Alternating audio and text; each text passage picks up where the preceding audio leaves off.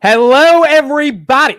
Welcome to the official NVIDIA Q3 2024 earnings stream. I am here with my boy, Jose, who is one of the best semiconductor analysts on YouTube. And if you're watching from Jose's channel, you already know that. This is going to be a big one. This is going to be a big one. And the reason why this is going to be a big one is because obviously NVIDIA is one of the most valuable stocks on the planet. It has kind of steered the direction of the stock market this year. NVIDIA up about 200%, the broader market up about 25%, really on the backs of this idea that we're in the AI revolution and NVIDIA is leading the way. So we got about 30 minutes. We're going to do some breakdowns and some previews of what everyone can expect going into earnings, what me and Jose think will happen. And then we will get the answers at 4:05 and we will see what happens with the stock. Jose, how are you doing? Pretty good. And I think it's going to be closer to 4:15. I think last time we were waiting and everybody was hitting that refresh button. But I'm pretty excited. I'm nervous. I'm not going to lie. You know, I was on your live stream yesterday and I wasn't nervous, but today I'm getting a little stage fright, maybe because I'm live streaming on my channel as well. But I'm pretty excited about earnings. And I mean, I guess because I follow NVIDIA almost on a daily basis, I'm just wondering, hey, what am I going to hear that maybe I haven't heard before? So I guess that's what is getting me the most excited to see if I find out anything that we haven't discussed in the past. But I think we're going to get some pretty great numbers here for NVIDIA, and I'm just waiting to see how the stock reacts to everything. Yeah, I think this is going to be a really special one. And like you've said, you've been covering NVIDIA every single day for like the past couple of years. So if they say something that catches you by surprise, then it's going to be one of those things where it's just going to be important to kind of see how they navigate it. So let's get started. Let's get into some previews, some thoughts, some questions. Also, guys, we have Snowflake and Palo Alto network. So we'll be looking at that probably within the first 20 minutes until NVIDIA announces.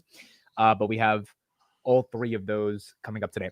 So I'll put up the street numbers, but what are you expecting, Jose, out of these earnings and anything that you think they're going to announce that the street is not expecting? Yeah, so I mean, I think one thing is the street has gotten better at understanding NVIDIA and its supply chain, right? So I want to say I do expect NVIDIA to beat on both revenue and earnings per share. Not by much, but a beat. And the reason I say this is because at the end of the day, we do know that NVIDIA's chip solution is supply constraint, something we talked about numerous times. So it's literally not possible for them to do like a massive surprise, right? So I do think in the past few quarters, Wall Street has gotten a little bit better at understanding kind of the supply chain bottlenecks. I still believe NVIDIA is going to outperform on both earnings per share and revenue, but I think we have to also remember that there is some form of cap level because of the supply chain issues that they have, right? TSMC can't really pretty much produce as many chips as NVIDIA wants. The only thing I want to say can really surprise me, in my opinion, is going to be the networking side of NVIDIA, because I believe the networking side isn't supply constrained, and that's something that they mentioned last quarter with their Spectrum X and some other kind of networking solution that NVIDIA has. It was growing at some rapid levels, and that one, while it's in the low billion dollar run rates, I think that one has the opportunity to kind of create some great numbers, and that's what I'm pretty excited about during this earnings call. Is there any part of the business that you think so Jensen's basically been saying demand is off the charts, and all of the analysts that cover NVIDIA are also saying we think demand is off the charts. So for example, you got Dan Ives right here. We expect a drop the mic performance from NVIDIA. GPUs are the new oil and gold. We believe 2 billion beat and 2 billion guide higher. Is there a world where you think Jensen has to defend them not living up to the potential of the demand matching the results? Like, could Jensen say, yeah, the demand was not as high as we thought it was, or there's no chance? In your I think there's no chance. I mean, there's always a chance in the market, right? But I think based on all the channels we're following, all the kind of articles we've been seeing, I don't think that's the case this quarter. It's not impossible for maybe to happen in the future, but this quarter, I don't think that's going to be the case. And I did get a question here on my channel, just to reiterate, I do think NVIDIA is going to outperform Wall Street expectations on both revenue, on guidance, on earnings per share. But if we've seen historically, I think historically the outperform was in the double digits, like 10%. I think now it's getting closer to like 5%. And I just think the reason is because Wall Street is getting a little bit better. They're not perfect at it, so I do believe NVIDIA will still outperform, but they're getting a little bit better at matching those numbers right now. So Wall Street wants 33.1 billion, and they want 75 cents of EPS. What is your projection? Pretty much what Dan mentioned. I do believe it is possible for about 1 to 2 billion beat on both guidance and revenue. Okay, so got it. Go ahead. Yeah, and then for earnings per share, maybe like not 2 or 3 cents at most, because we do know that with Blackwell becoming an important part of this company's business, margin is going to take a quick hit for the first few quarters of Blackwell's production, just like we talked about yesterday in your channel. As new chips are being built, the production line, it takes time for them to kind of get sent out. So you kind of get a little bit hit in margin pressure right now. So we do know that this quarter, we're going to get a little bit of hit in margin pressure, and the guidance for next quarter should also kind of follow suit. But I think it's still going to be over 70% easily. Yeah, I think that's fair. And we'll talk about margins in a second. NVIDIA right here down 1%. It was down 2%. So you see it tracking up just a little bit right there. Do you think the down 1% today has anything to do with people getting a little nervous? I mean, we know a lot of people are pretty bullish, buying calls, market's pricing in a 10% move top or down. But do you think there's a little bit of a, hey, maybe Jensen's going to leave us at the altar? Let's sell. I mean, I think everybody's watching this earnings, right? So everybody's getting nervous. Some people are expecting the stock to go up. You were talking about it earlier today, right? It's just the way the market is. You have a group of buyers, you have a group of sellers. I do believe there are going to be people that are a bit scared right now, especially since just a few days ago, we kind of heard some nonsense news about overheating issues. So I guess at the end of some investors might have at the back of their mind, hey, what if this company doesn't outperform? What if this company really does have these issues that were kind of discussed in over the weekend? Yeah. So this is MicroStrategy's chart, guys. MicroStrategy right here at 497 right now, up 15% on the day. It is up more than 500% year to date. And then NVIDIA, when we look at NVIDIA's chart year to date, it's up a measly 200%. NVIDIA is creating the next AI revolution. MicroStrategy is collateralizing their stock to buy more Bitcoin. Do you think there's a bit of divergence in the market that is very weird compared to what NVIDIA is doing versus what some of these other companies are doing? Yeah, I mean, I think right now the market is just very excited overall. There's a lot of I don't follow MicroStrategy, or I forget what this company is called, too much, but I feel like there's a lot of excitement in the stock market and FOMO right now. I'm not saying every stock is like that. I do know for NVIDIA, while it does look like crazy, I mean, forward PE ratio for next fiscal year is in the high 20s, which is not crazy, expecting them that I believe they're going to grow strong double digits this year. I mean, strong triple digits this year. They're going to grow strong double digits next fiscal year. And I believe that growth rate is still going to continue. And when I talk about double digits, I'm not talking about 20, 30%, which is pretty impressive. I'm talking about 60, 70, 80%. And I believe those kind of numbers are going to get lower, but they're still going to be higher than 40% for the at least 2026 as well. Yeah, and I think that's the thing. I think the broader street feels NVIDIA can keep growing. They're not going to be growing at 282% like they were 2 quarters ago, but they will keep growing. Guys, just looking at their net income yearly, I mean, explosion, right? 2024, they've done $29 billion so far in profits. Revenues have exploded. Shares outstanding have actually taken a little bit hit to the downside, which is nice. Their cash and debt is great. Operating expensive has slowly scaled at a much lower multiple compared to the revenues. Cash flow, absolutely incredible, especially their free cash flow. And we know that a lot of the hyperscalers have essentially said that they can't get enough of NVIDIA chips, which brings me to my next question. Does the market kind of know that at Google, Amazon, Meta, they're all competing to win AGI, which means NVIDIA has to have a good earnings? Otherwise, those companies couldn't have had a good earnings. Yeah, I think if technology is evolving, if AI is evolving at the pace that is evolving right now, NVIDIA is going to continue to have strong demand until AGI finalizes. There might be the possibility, and like I said, while I am super, super bullish in the stock, I always try to understand kind of like the bearish case and try to always question myself, just so I don't like seem like a crazy bull. But one thing that I can see be a issue is if there's like some form of bottleneck in AI advancement.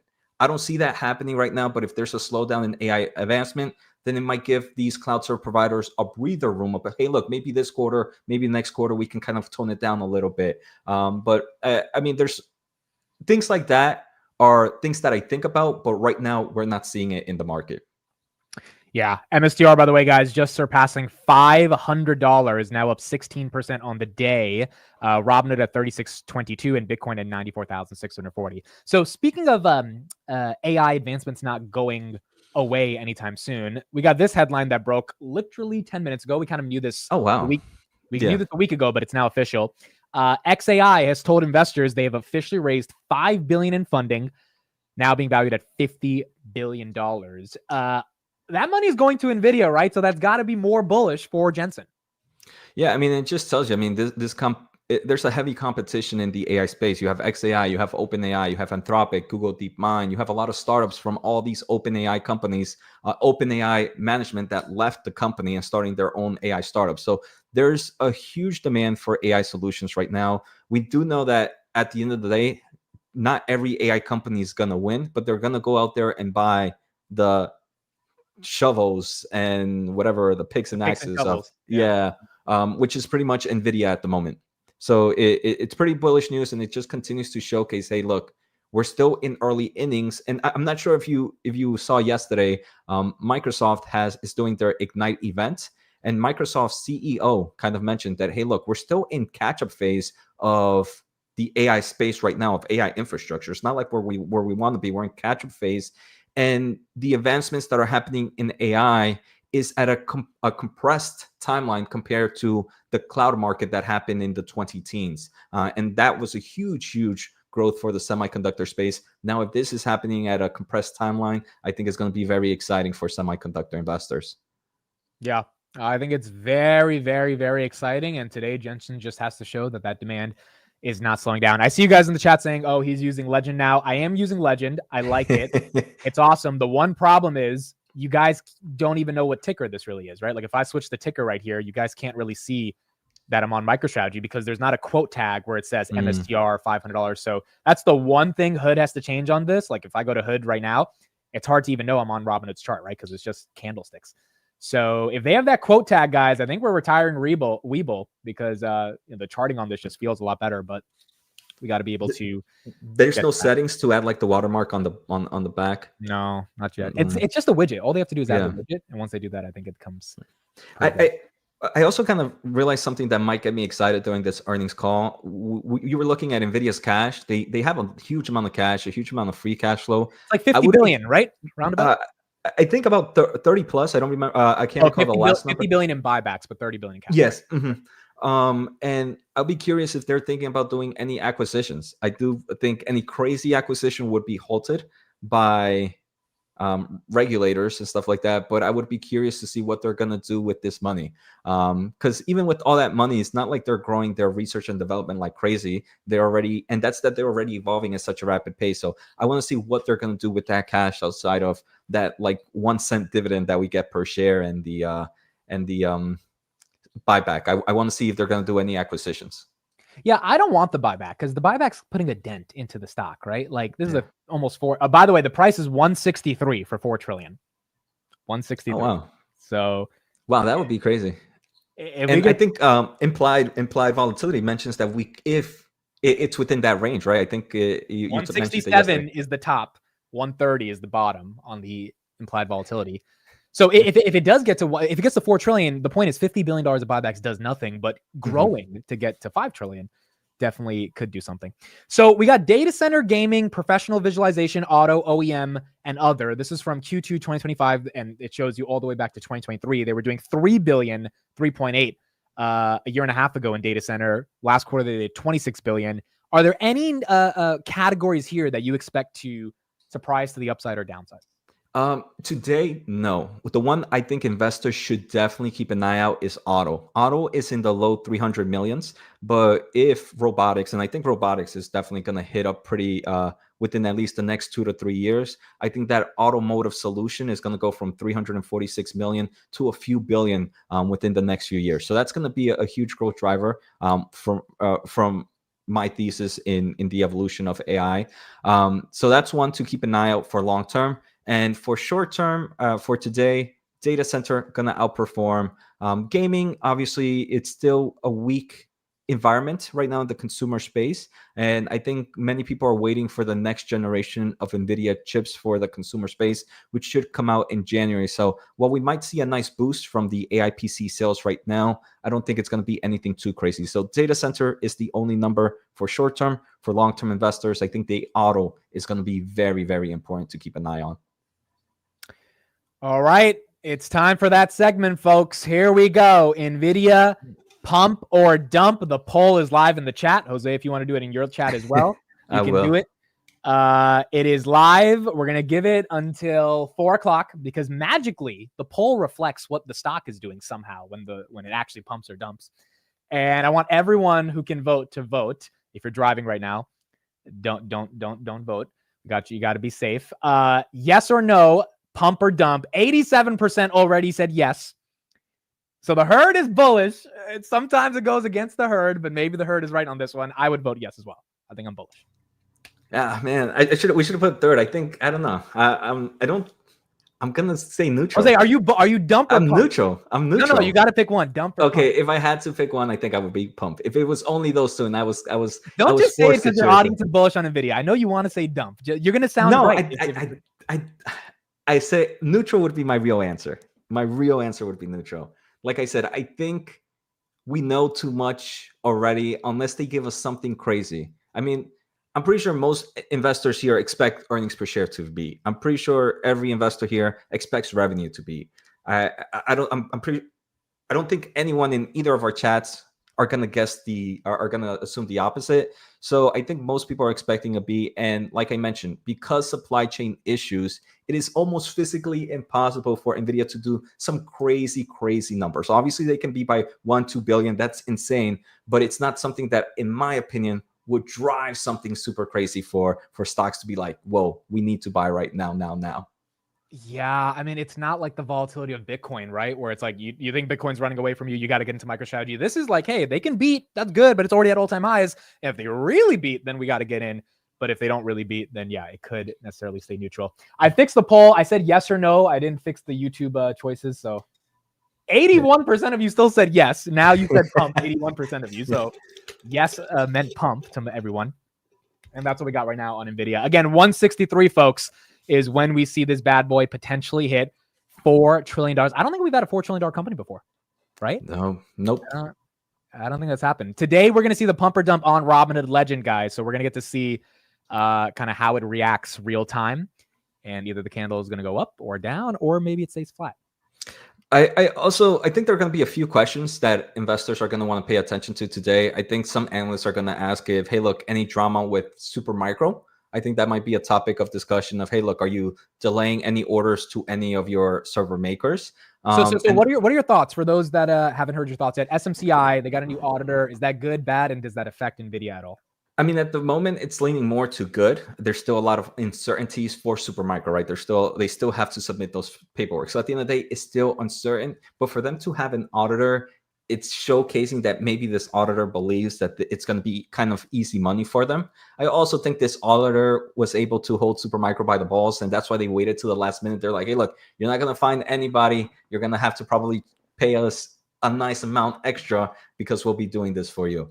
In forms of Nvidia, I don't think it's going to be bearish or bullish in any way because there's plenty of server makers out there. There's Dell Technologies, there's HPE, there's Foxconn, there's Wiwin. I always mess that up, but there's so many Taiwanese overseas server makers out there. And because we are in a supply constrained market, Nvidia could just be like, hey, look, if Supermicro is a little bit iffy, maybe we can just send it somewhere else instead. Right. And I think ultimately, the SMCI issue was bad. It went down almost 50%, kind of up 20%. From that level. SMCI currently right now is down 9% of the day. So investors are getting some cold feet, not only for Nvidia, but also if the SMCI audit actually is going to be something that's reasonable. Shout out to Derek Wall. Thank you for the gifted 50. For those that are new to the channel, you guys got 50 gifted memberships. Nolan, Dave, Yash, Woody, Ryan, Phil, Sahil, Carlos, all of you guys are now members of the channel, thanks to Mr. Derek Wall. Derek, thank you for that. Okay, so we talked about SMCI. We talked about kind of the expectations on the revenue and EPS front. Gross margins. Mm-hmm. Do you think those are below 75%? And if those come in a tad below than what the street wants, is that a nail in the coffin for NVIDIA? I think we were expecting around 74 today, and for guidance to be a little bit lower for quarter four. So if it stays above that 70 point, I think it's okay. Obviously, anything below earnings expectations would be weak, but it's not something that I would really complain about.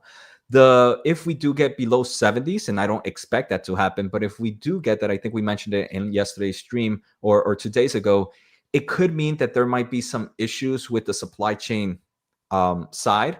So I think gross margins could kind of give us some impact there. So anything below 70, major yellow flag. Anything above 70, I could really care less. Yeah, above 70, I think we're good. I think there is a little bit of a headwind, but that headwind's not going to be enough to necessarily get below 70. Derek, thank you for the $100 super chat. Again, man, you do not have to do that. Thank you. He said, what up, DGen? So given he said, what up, DGens, put in the chat if you bought some calls on Jensen motherfreaking Huang. Put in the chat, pump or dump on NVIDIA. 79% of you guys say pump. I have 85 of mine. I have some friends who just texted me that that people are definitely loading up on NVIDIA right now, right before the results. And this is what happens. That's why the stock is moving like crazy right now, down about 1%, because everyone's like, you know what, screw it, we're going to get in, or you know what, screw it, we're shorting this thing. So everyone kind of has their own different play. I'm checking the call options right now, guys. So November 22nd, this is on Friday, the 150 call. Guess how many are open, Jose? Honestly, I don't follow the option market too much, so I don't even know what a intelligent number would be to say. Just guess. How many people do you think bought calls for NVIDIA 150? 10,000? 189,000. And 120,000 of volume today. Let's get even more bullish. 160, 90,000. Okay, it's a little less. Let's go to 170. Let's chill out a bit. 40,000. Let's go to 180. 24,000. Who's buying a $200 call? That's insane. 30,000 calls are open for $200. Let's just be stupid. 250, 4,000 calls. You can buy a $250 call right now for $1. Kind of want to do that. That's oh man. I mean, obviously, I would love NVIDIA to hit those levels. This is my number one position, but I'm staying balanced. I'm staying balanced today until we get some numbers.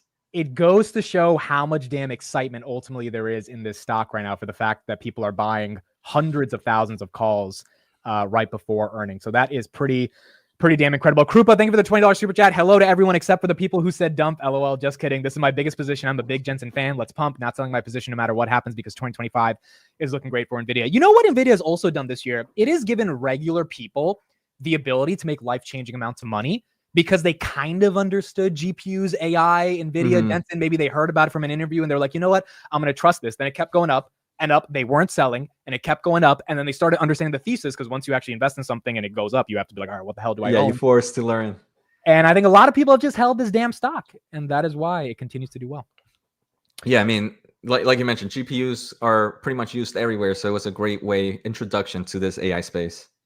Agreed. All right, let's get some coverage by CNBC on NVIDIA. We're not going to give results for like another 15 minutes, but we will have Snowflake and Palo Alto right after the bell. Tight little band for 4 or 5 days. Honestly, just waiting for the next incremental thing. Obviously, a big one coming after the close. But as the broad market is kind of just churning and rotating around, trying to stay above the election day close, which is where we are now by a couple of percent, I think there's this adrenaline junkie type action going on in a more speculative percentage point move in reaction to the numbers. That's what the options market says right now. It's 7% of the S&P. Mathematically, the 8% move is material to the overall index. And I do think it is also about, confirming of timelines of rollouts of next generation. All that stuff is going to get penciled into the 2025 outlooks, which we've already done to some degree, of the spenders, of the investors, the CapEx sources on all this stuff. So it matters a lot. In the short term, I think more tactically. In the longer term, meanwhile, outside of NVIDIA, semis have had a rough patch. So you just sort of wonder if there's going to be any coattails at all on what it might have to say. No, that's a good point you make. Come back to you in a minute. Let's bring in Stacy Rascon now, a star analyst from Bernstein. It's good to have you with us on this important day. Most important thing going in is what? Look, everybody's going to be looking at the data center number, both in the quarter and more importantly, I think, in the guide. That's all that's mattered for NVIDIA. I mean, for quite a while, like that's what matters. To build to that number, I mean, I think you alluded to it. It's the ramp of Blackwell that's supposed to start in Q4. People are going to want to see where that is, and importantly, like where that can go into the beginning of next year and beyond, especially as the crossover happens from Hopper to Blackwell. I think the other thing that people will be watching is gross margins. That was the issue that kind of hit the stock last earnings, and they sort of suggested gross margins were ticking down a bit into the back half just because of some of these new platforms are launching. They're very complicated. They've got more high bandwidth memory. They haven't optimized cost yet. And so people want to get some comfort that the gross margins are not going down too much, and that importantly, as you go into next year, more of those platforms ramp, that they aren't going down even further. But in general, I mean, what's going to drive everything is just what is that data center? Where do they pin the data center number into the end of the year? And that will sort of drive the exit rate when people start to shape their calendar 2025 estimates. Yeah, I mean, the estimates, I don't know, the whisper number $38.5 billion maybe, but how significant are you thinking about this overheating story, and how meaningful, if at all, it might be, the work you've done on it yourself? What can you share with us? It does not look like it was meaningful at all. And look, so that article came out, suggested that there were some overheating issues at the rack level that may potentially cause, delays down the line. Not long after it came out, like Dell and some others actually put out their own announcements that they were shipping. And then there was some news reports yesterday that suggested that issue, when it occurred, was several quarters ago. So it was old news anyways. You have to remember, as you're ramping these new platforms, and again, they're very complex, things like this are always happening. So the big question was it something, out of the ordinary, or was something more normal? It does seem like it was more normal. And again, it seems Pretty much what you said, Jose. Overheating issue is not as big of a deal and seems more normal. They were watching our stream before they got live, before they went live. They were watching the real NVIDIA analyst trying to figure out what's going on. All right, folks, we got 2 minutes until the market close. By the way, breaking news, Gautam Adani has just been charged with massive fraud in New York. This is a really rich guy in India. So that's some pretty breaking news right before we get into NVIDIA. CNBC is announcing this right now. Don't know what the reason he has been charged for fraud for, but he has been charged with some fraud. All right, here we go. We got about 2 minutes. I see a bunch of you guys in the chat saying that you're buying calls. I got a bunch of you in the chat also saying someone from your stream. Jose said he just sold 5,000 shares at 145. So you got someone saying, you know what? I'm out. I'm taking my profits. Yeah. And that's what makes a market going back and forth, back and forth. Ray, it says, hi, Amid. Greetings from Serbia. It's so exciting to listen to and your guest. Real deal. I don't think we've ever had someone from Serbia. Nice. So thank you for being here. By the way, everyone in Jose's chat or my chat, put where you're watching from, what state, what country, where are you watching from. We are about to get into the end of the day. About 30 seconds left. We got 3 earnings, Snowflake, Palo Alto, and NVIDIA. We will get Snowflake and Palo Alto before NVIDIA.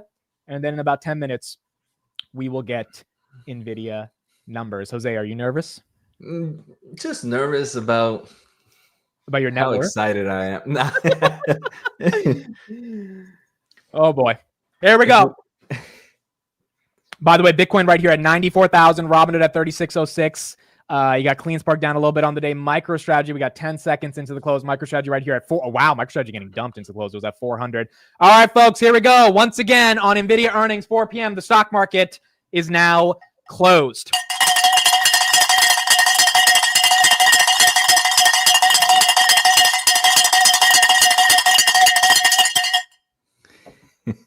And now we wait. I just want to say, man, it's pretty crazy the amount of support. I'm obviously that you getting your channel, and I barely do live streams, but I just want to say thank you to everybody watching. I always hope I provide some form of value to you guys and gals watching. So thank you for the support. So now back to NVIDIA. Yeah, first, thank you everybody for being here again. You guys could be in a lot of places. You're spending it with us. It means the absolute world to us, and hopefully we can provide some value and analyze what's going on. All right, let's see how the market ended. MicroStrategy down up 10%. It was at 500, so it took a dip right before the end of the day. Bitcoin 94,000. Google ends down 1.2%. Nvidia, again, it's moving after hours, but not really meaningful movement because we don't have the numbers. SMCI was down 9% on the day. Marathon was up 14% on the day. Coinbase ended 1.4%. Robinhood did break 38 this morning, ended up 2.38% on the day at 36.08. You got the Qs ending kind of flat on the day, and the S&P actually ending flat but slightly green on the day. And now we wait for Snowflake and Palo Alto and Nvidia. Snowflake up a little bit after hours, and Palo Alto also up a little bit after hours, but we don't have the numbers yet. Do you own any of these two? I don't own any of these three. We sold some puts on Snowflake a while ago, but that was like before their last earnings. So now we're waiting for this. All right, so we're going to use Legend from Robinhood for the Snowflake chart. Again, I know you guys can't see the price, which is the only bad part about this. They just got to show us the prices. But we're going to put it on the daily interval at, let's do 30 seconds. Let's do 30 seconds, yeah. We'll do 1 second, and we'll see exactly what the move looks like on that 1 second. And then we will see what happens. All right, so that is Snowflake. We're waiting for Snowflake, waiting for Palo Alto, and then we are waiting for NVIDIA. Again, NVIDIA is going to be in a couple of minutes or probably 15 minutes. Snowflake. Yeah, I think they do 4:15. 4:15. Okay, perfect. So we can wait till 4:15. We can choose not to throw up until 4:15. And we're looking for Snow and Palo Alto. Put in the chat if you own any of those three names, Snow, Palo Alto, or NVIDIA. I know a lot of you guys own NVIDIA, obviously, but Palo Alto and Snow are the other ones. Still big market, I don't know, market moving stocks, but important software companies. And those are some that definitely will have a bit of an impact. All right, so Snowflake, that's Snowflake on the daily chart. Snowflake opened today at about 133, right now at around 130. Again, up a little bit after hours, but no full numbers yet. MicroStrategy is down after hours. Bitcoin 94,433 currently right now. Doug says I got NVIDIA and have Palo Alto through Hack. That makes sense. I actually like that ETF. Is that a cybersecurity ETF? Yeah. Do you own any CrowdStrike or anything like that? Or? I do own CrowdStrike. CrowdStrike is, I think, the only cybersecurity that I own right now. Okay. Yeah, that's fair. Hack is one of the ones I'm looking at in 2025 as like the way to get allocation to it. Pump or dump poll. We've got 3,000 votes. 79% say pump, 20% say dump. So we got an 80-20 split right now, currently. I have 81-19 here, so pretty much same. All right, so you got some people that are pretty damn excited when it comes to NVIDIA. Numbers on Palo Alto, still don't have them yet. And it probably comes out at 4 or 5. So we got 2 minutes for Palo Alto. Yeah, that one's not out yet. And then Snowflake after hours. Any thoughts, Jose, on those two companies and if you think they could exceed expectations today?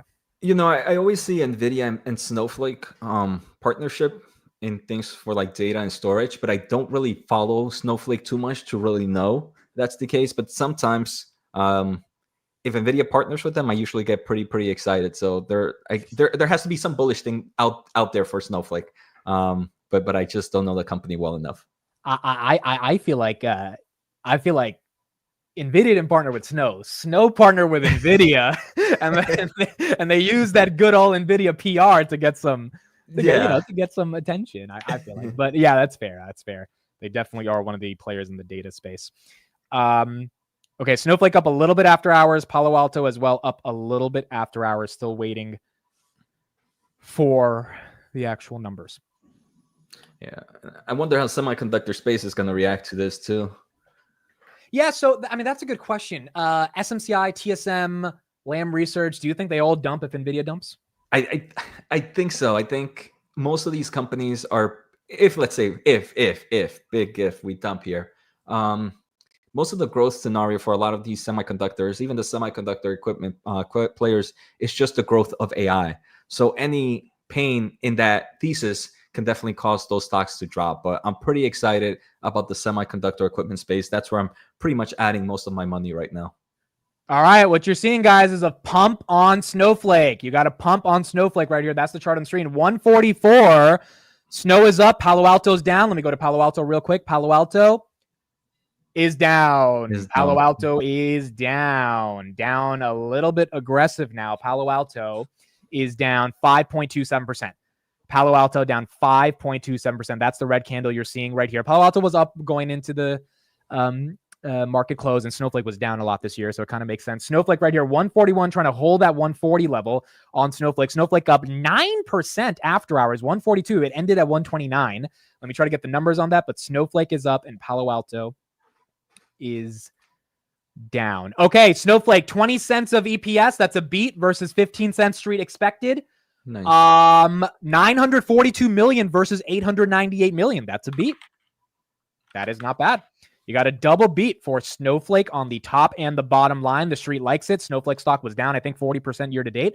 So you got the market that's pretty excited right here on some stronger momentum and some stronger growth. Webull lets us see more information on the screen. It was, yeah, that's my only critique of Robinhood, of using Legend. I love the charting and I love the like real-time action. We just got to be able to see the ticker in depth to be able to see the price. So Snowflake right here up 11%. Palo Alto is now down 3%, recovering a little bit. So it was down 5%. Now it's down 3%. You see a little bit of a green candle right there, getting some of that momentum, but they are still currently down right now. Nvidia earnings is in 10 minutes, guys. Nvidia earnings still are on 10 minutes. We're waiting till 4:15 on Nvidia. Snowflake revenue, 942 million. Yeah, let's go to Snowflake's website. This is a name that I know. I mean, look, I'm not long. I kind of think Palantir is the better buy here, but it is oversold. So any good piece of news, you should see some momentum potentially. And it looks like that's what we're seeing. All right. So revenue for the quarter was 942 million, 28% year-over-year growth. That's up from, I think, 24% last quarter. So there is a reacceleration there. That's probably why the street's excited. 542 customers with trailing 12 months product revenue greater than 1 million. Remaining performance obligations is 5.7 billion. That's up 55%. That's really good. That means they have a lot of money to collect. CEO, Snowflake delivered a strong third quarter with... Oh, whoa. Man down. Is that a sign that Nvidia is going to drop, bro? Is that a sign? Oh, no. Oh, my gosh. Oh, boy. Snowflake delivered a strong third quarter with product revenue of 900 million, up 30% year over year. Remaining performance obligations of 5.7 billion. Our obsessive drive to produce product cohesion and ease all of that use has built Snowflake into the easiest and most effective, or most cost-effective, enterprise data platform. That is what's leading us to win new logo after new logo, expand within our customer base, and displace our competition over again. Palo Alto still down 3%, and you got Snowflake right here up 13% right now. All right, makes sense. Snowflake doing its thing. Mic drop moment by Amit. Now it's Jensen's turn. Yeah. So yes, definitely. I like reinterpretations. I would say people on my channel know how much I reinterpret stuff, aka BS stuff sometimes. But yeah, it instead of saying Nvidia is going to drop because the mic dropped, you say that Amit did a mic drop, and so will Jensen. All right, let's get some coverage on this when it comes to Snowflake and Palo Alto. And that's on-premise inside of enterprise databases. Okay, I want to mention both Palo Alto networks and Snowflake are out. We are going through the numbers. We'll bring them to you as soon as we get them. Palo Alto heading lower to the tune of about 7% at the moment, and Snowflake, the opposite direction, heading higher. It looks like more than 10% again at the moment. Of course, we got the earnings calls there, but really curious to see what's driving that, Paul, especially in light of what we were talking about just yesterday at Microsoft Ignite, with so much of the focus being on data and AI. Do we have... Okay, Palo Alto Networks earnings are out. Steve Kovac has the numbers. Steve. Hey there, John. Yeah, and shares are down here despite beats on the top and bottom line. Does Nancy own Palo Alto? Here of $1.56 adjusted. What is that? Does Nancy own Palo Alto? Yeah, Nancy owns Palo okay. Alto. Yeah. So Nancy stock, got it. Nvidia in about 5 minutes, guys. Street was looking for $1.48 adjusted. Revenues also just a slight beat here at $2.14 billion. Street was looking for $2.12 billion. We still see shares falling here. It looks like guidance is weighing down a bit. We'll be digging through these numbers to get back to you with more, John.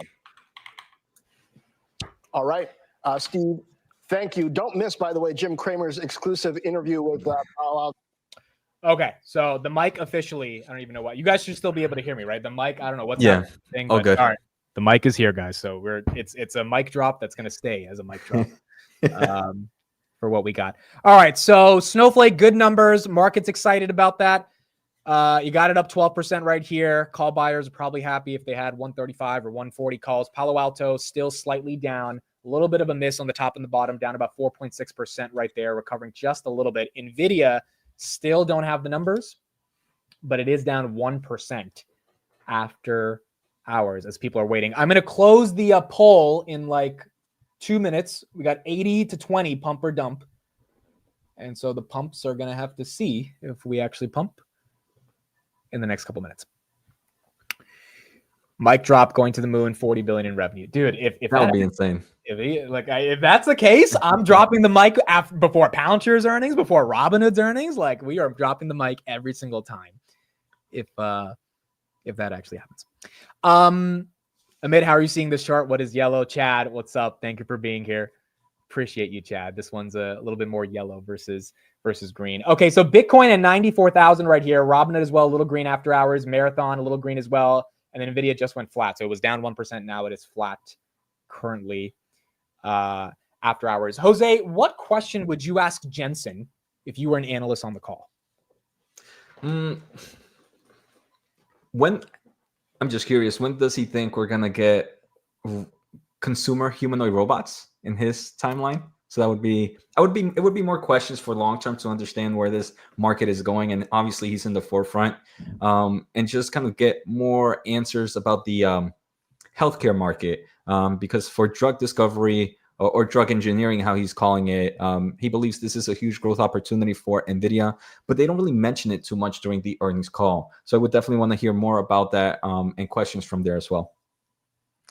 That's actually true. I would leather jacket question. Did you know about this brand called Winston Simona? Williams Simona. It's some luxury brand that was up 20% today, and they sell vegan leather. And I didn't know what vegan leather was. And then everyone was like, your Tesla's made out of vegan leather. I was like, what? Tesla uses vegan leather? Basically plastic. So it was an interesting revelation. But yeah, I would ask what brand is. No, I wouldn't ask him what. I think he would be like, get the hell out of this call if you ask me what brand my jacket is. Grumpy, thank you for the $20 super chat. Nancy Pelosi owns a lot of Nvidia, I believe, in the greatest investor of all time. So this is also really interesting, Jose. Do you put any stock, see what I did there, into the idea that Nancy Pelosi owns this name, therefore it can't really fail?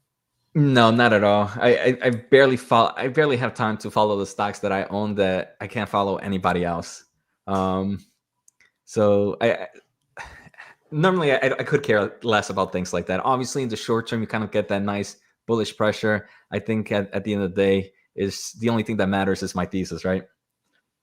That's actually fair, dude. The fact that you said, no, I don't care about anything else other than your thesis, that's like, I feel like that's the way to ultimately have conviction. Yeah, that is absolutely very fair. All right, so we got the Snowflake results. Let's bring that up real quick, guys. We got Nvidia in 2 minutes, and then we'll see if the earth stops for a moment. Shares are surging in overtime, John, as the company beat on its bottom line and top line, a 5-cent beat on earnings, with revenues coming at $942 million. The estimate was for $897 million. I would point out product revenues up 30% nearly year over year. Some bullish commentary from the new CEO, Sridhar Ramaswamy, who says our obsessive drive to produce product cohesion and ease of use has built Snowflake into the easiest and most cost-effective enterprise platform. He also discusses that they are displacing competition over and over again. And going into this earnings report, one of the key concerns was that there is heightened competition in the cloud data analytics space from the hyperscalers like Amazon and Microsoft that are spending a lot of money to be a winner in this space. Clearly, results here coming in much better than expected, with shares up about 13% in overtime. I'll send it back to you guys. All right, Seema Modi, thank you. And I will be speaking. Guys, is it 420 or 415? Do you know, Jose? Usually it's around there. Maybe I usually think it's 415, but it could definitely be 420. Okay, well, we'll find out right now in like 30 seconds if there's a big move or not.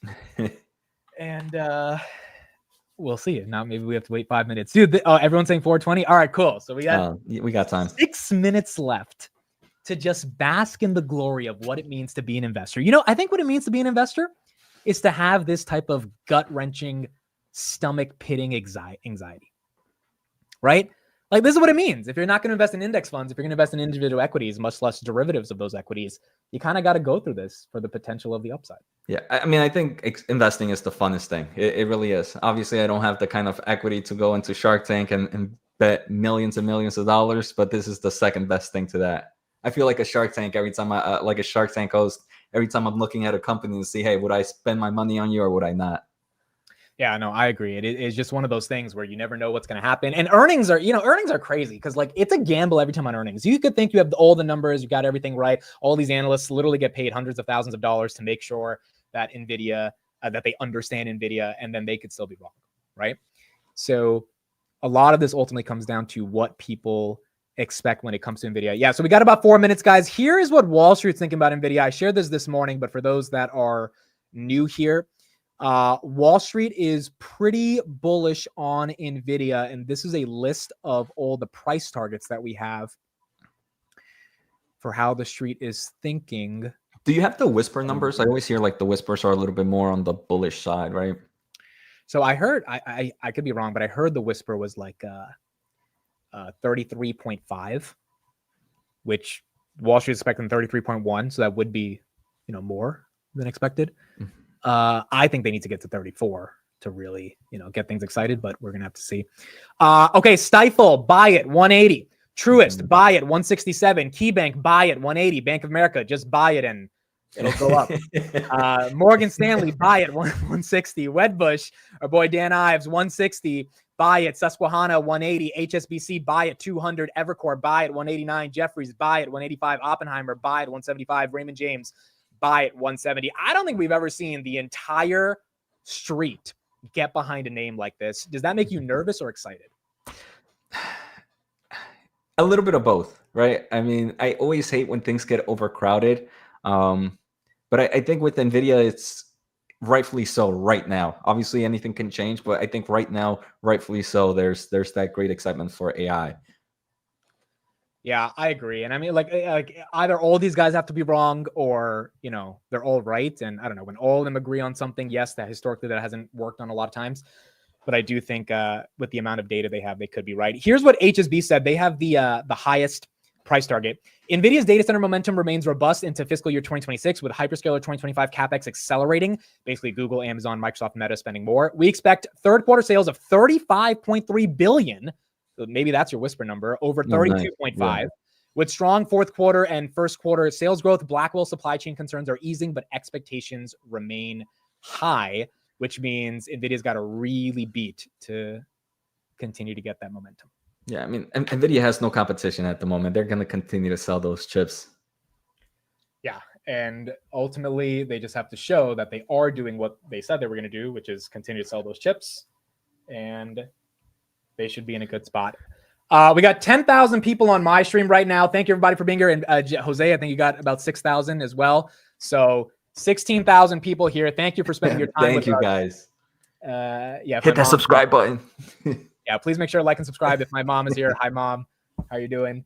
It's pretty incredible, dude. I think it goes to show the retail investor movement is real. People don't really trust a lot of the mainstream sources. They want to get alternative opinions. And also it says Google's growing, bro. And everyone's bearish Google, but it shows that Google's growing. So it shows that things are going well for them. All right, here we go. 1 minute, folks. 1 minute to determine the fate of the stock market. I don't want to be dramatic, but it is kind of true. 1 minute, and we are going to see, Jose, I'm on the chart, so if you could get the numbers up, you can. Yep, I'll be looking. I will be glued to the chart, assessing the traffic lights of red or green, or maybe yellow if we see nothing. And it's time to figure out what Jensen's got in store. All right, here we go. Last 20 seconds. Here we go. And I know if you guys have it in the chat, you'll probably put it in the chat as well. And we will get the numbers pretty soon and see how this plays out. And then remember, the earnings call is at 5 o'clock. I don't know if you mentioned that already, but yeah. So we'll have 40 minutes of analyzing the actual earnings, and then we're going to see Jensen speak. I love your argument as well about robots. I would ask him about that same question because I think that's a massive tailwind for them, and that could be big. Yeah. All right, 420. Oh, let's see. 420. We are either going to see a red or a green candle. We are either going to see a red or a green candle right here on NVIDIA. Oh, that's an initial red. That's an initial red. We got an initial red. We got an initial red. We got an initial red. How much is the red? Hold on. How much is the red? Down 3%. We got a red. Now it's going down more. Now it's going down more. You see boom. those red candles. They keep going down. It's like a staircase down. Is the bottom in at 140? Nope, 139. We are there. We're at 139. We're at 135, 39. I still don't see numbers out. Someone saying 35.1 billion. If they got 35 billion, this is a little bit of a stupid sell-off, in my opinion. If they actually got 35 billion. A little bit of recovery. There's a little recovery. There you go. You guys see those green candles popping up right there. 140, now back to 141. Jose, you might be right. It might be kind of neutral. Maybe we don't get. Oh, now we're tanking. Now we're tanking. Oh my goodness. Look at this thing, dude. It tanked to 138. Then it did like this little mountaintop. Now it's going back down. Do we break the bottom? 138.20. If it goes below 138.20, it's back in a downtrend. Okay, I think someone has the numbers here. Jose, you can confirm it. Adjusted EPS, 81 cents versus 74 cents. That is a 7-cent beat. That is incredible. That is not bad. All right, we got the numbers, yeah. Okay, go ahead. You can read them. Q3, 81 cents. And I forgot what was estimated. And then we have revenue of $35 billion. So over that, almost $2 billion beat there as well. So up 94% year over year. So $35 billion and 81 cents on non-GAAP, which is great. Gross margin stayed up at 75%, which again, we were expecting a little bit of a drop, but only down 7 percentage points compared to last quarter. Now, let me just take a closer look at guidance really quick. NVIDIA is now down 5%, guys. Go ahead, Jose. Guidance for, maybe this is why it's down. Guidance for Q4 is 37.5 billion. I think the street was, the high end number was closer to 38, I believe, or 39, if I recall correctly. But that's still strong growth in all aspects. So to me, any numbers right now wouldn't really scare me, even if we see a sell-off right now. The street's upset about 37.5 billion? Really? Really? That's what the street's upset about? I mean, I get the expectations, but that is a weird one to be upset about here. And then gross margins, I forget what was estimated for guidance. It's about 73, 73.5. So again, we're seeing weaker guidance than this quarter, but that was expected again because of the ramp up of new products. And it's still above even 72.5, which is still pretty strong. All right, so data center 30.7 billion, gaming 3.2 billion, visualization 486 million, auto 449 million, OEM 97 million, total 35 billion. Again, the street expected on the high end 33. That's a $2 billion beat. Like we got to give it up to Jensen. That's a he wasn't lying about Blackwell demand being off the charts. But I agree, if their guidance is a little bit lower, then that's enough to get the street to be upset. Yeah, I'm just going to be quiet. I'm reading a few things here just to see if maybe there might be something that pops out that we should know right now. Okay, I think it's recovering a little bit. Hold on. Where is it? No, yeah, it was down 6%. Now it's down 1%. You see this? Networking revenue was 3.1 billion, up 20% year over year. Again, not a fun market, but it's one that you definitely see growth opportunities. And the 3 billion is pretty exciting there as well.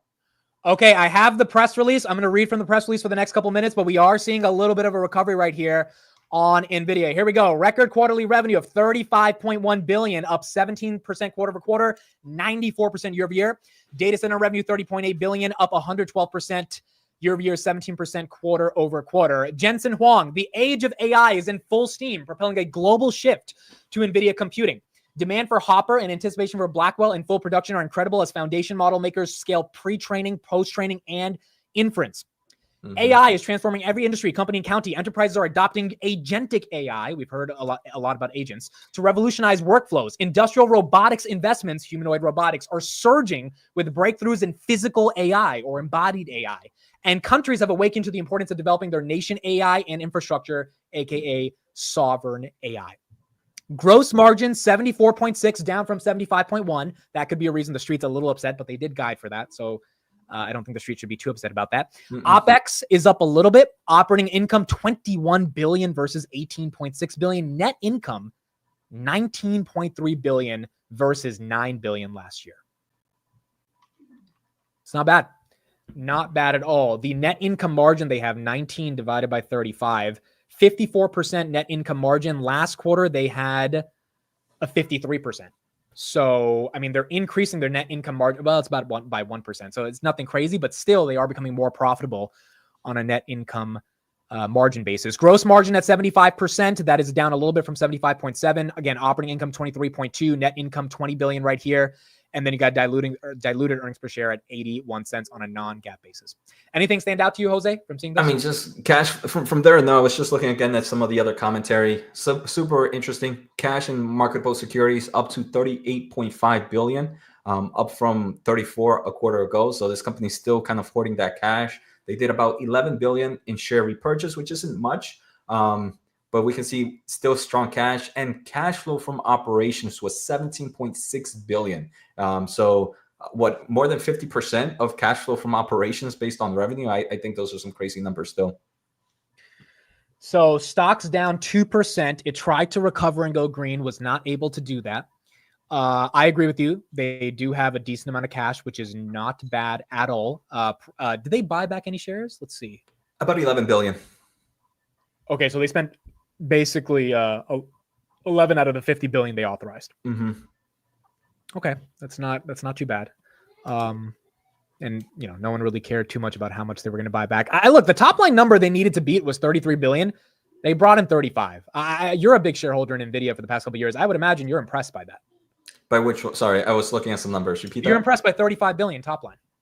Yes, for sure. All numbers were great. I mean, it's outperformed. Like we mentioned earlier on, I think it was going to be in both revenue and earnings per share. It wasn't going to be anything crazy because at the end of the day, this company has not a supply chain issue, but a supply chain constraint.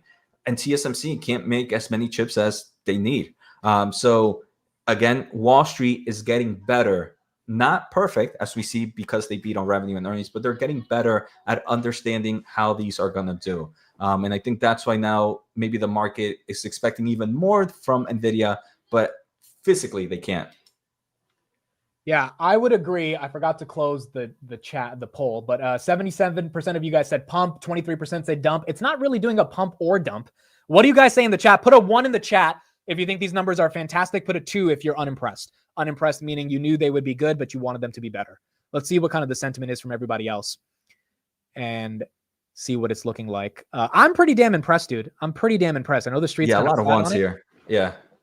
All right, good. So we're not crazy. Everyone's pretty impressed on these numbers. These are not bad numbers at all.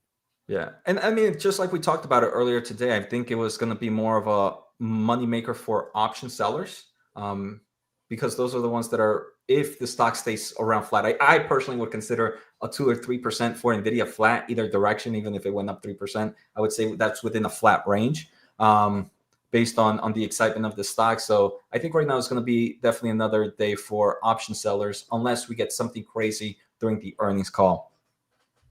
Yeah, I agree. I agree 100%. The only number is that guidance number that is upsetting people, but I don't think that's the biggest deal in the world. Let's see what CNBC is saying about it, and then we'll keep going with our coverage. Maybe it was from you, that there would need to be a $2 billion revenue beat in order for this thing to move higher. How much, though, is it important to get the full context of these numbers, especially because there are all these concerns about incoming quarters? How big is the pipeline? If they say some positive things about that, that could have an impact on the continuing reaction. Yeah, and you're exactly right. When I was talking about the guide, I was more of a short term, like in the next couple of days. But later on in the call, they usually guide for a quarter ahead. We got the details ready. Got to stop you there, Paul. Yep. Christina Partsinevelos has the numbers. Christina. Yeah, we're just getting the top and bottom lines right now. Numbers. We are getting EPS of 81 cents per share. That is higher than the 75 cents estimates on revenues of 35.08 or $35.1 billion, which is also higher. And I'm going to come back with more of the data center numbers and guidance in just a moment. All right. Back over to you guys. Yeah, thank you, Christina. Paul, I'll let you finish.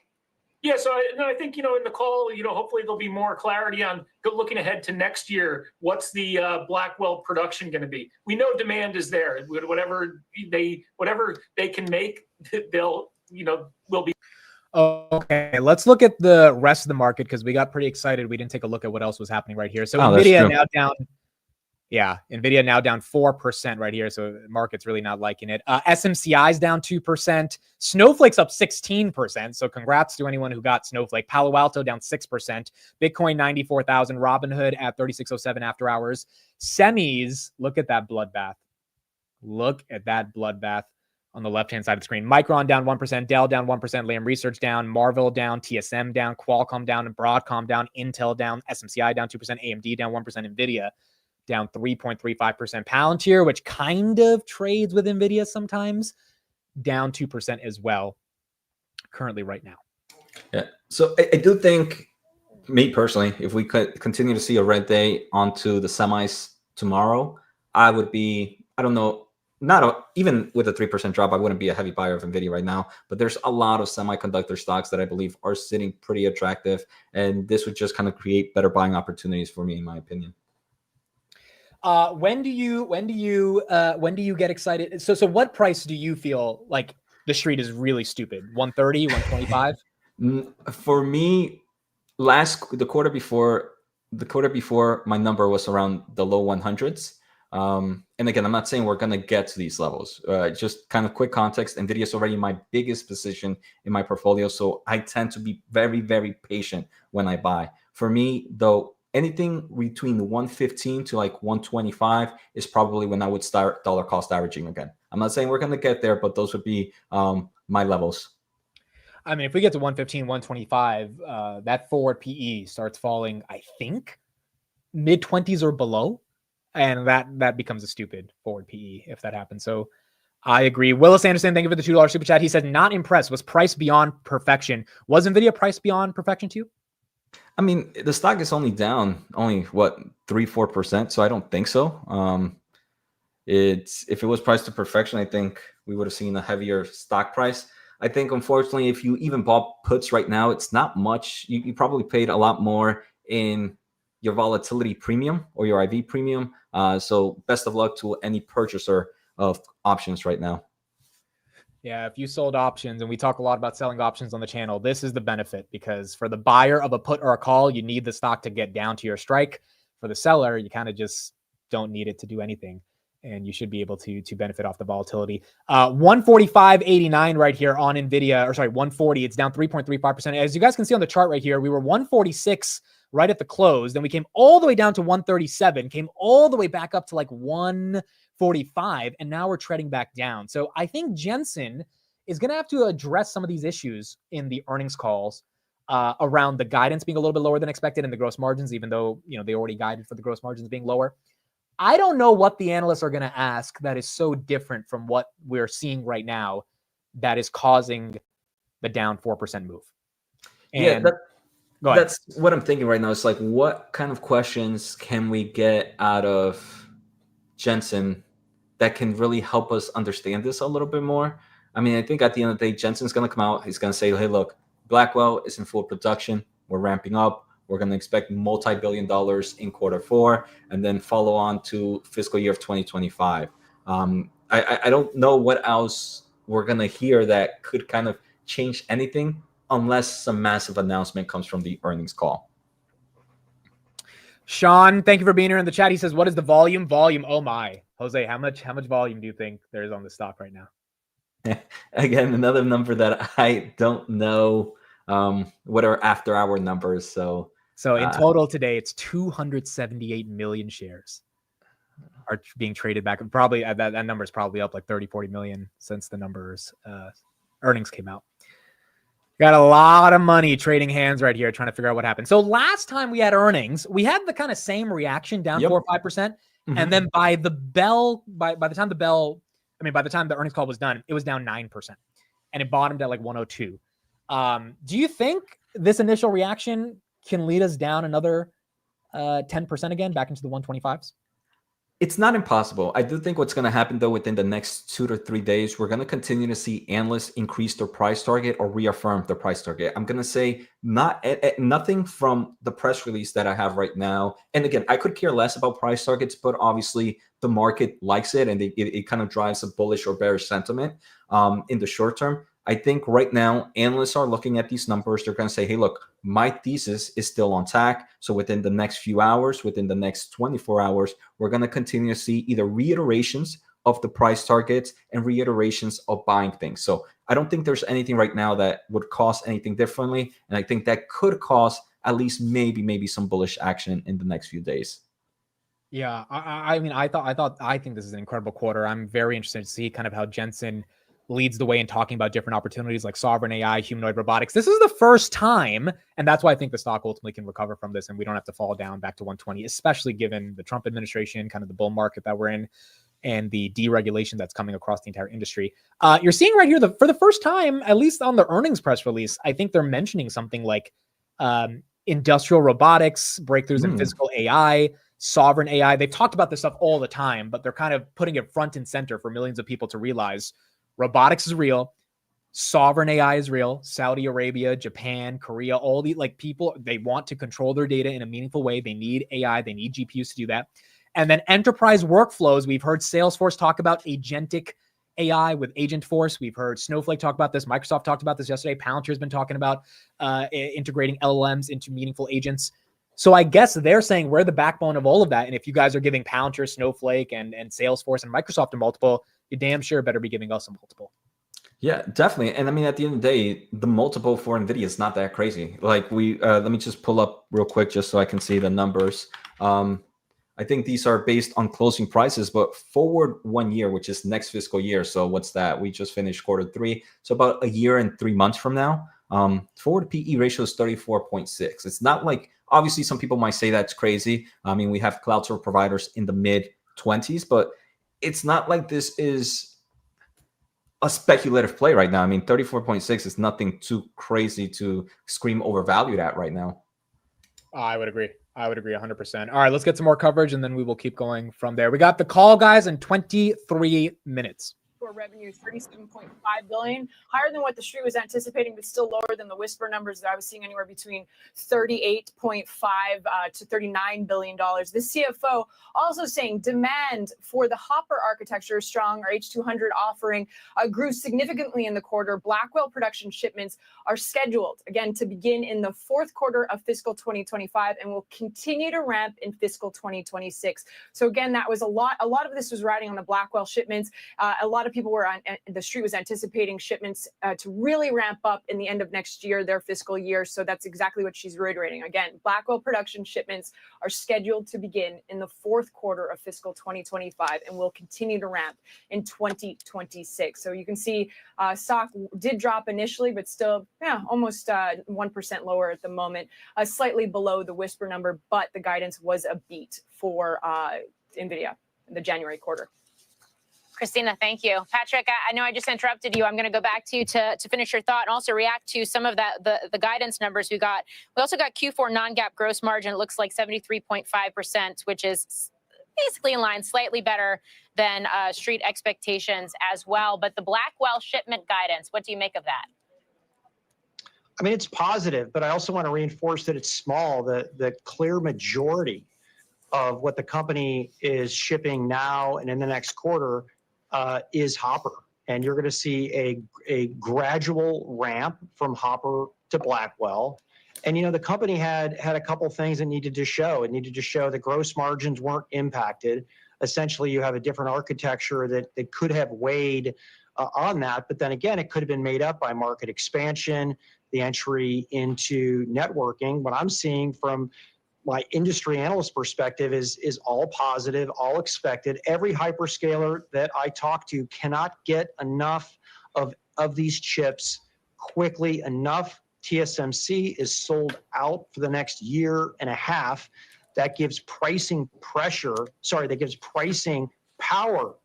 to Nvidia. I just don't see how they lose. All right. So, I mean, I kind of agree with that analyst at the end of the day, and I think it makes a lot of sense. I think all of us agree that the monopoly that Nvidia has with their pricing power is not going away anytime soon.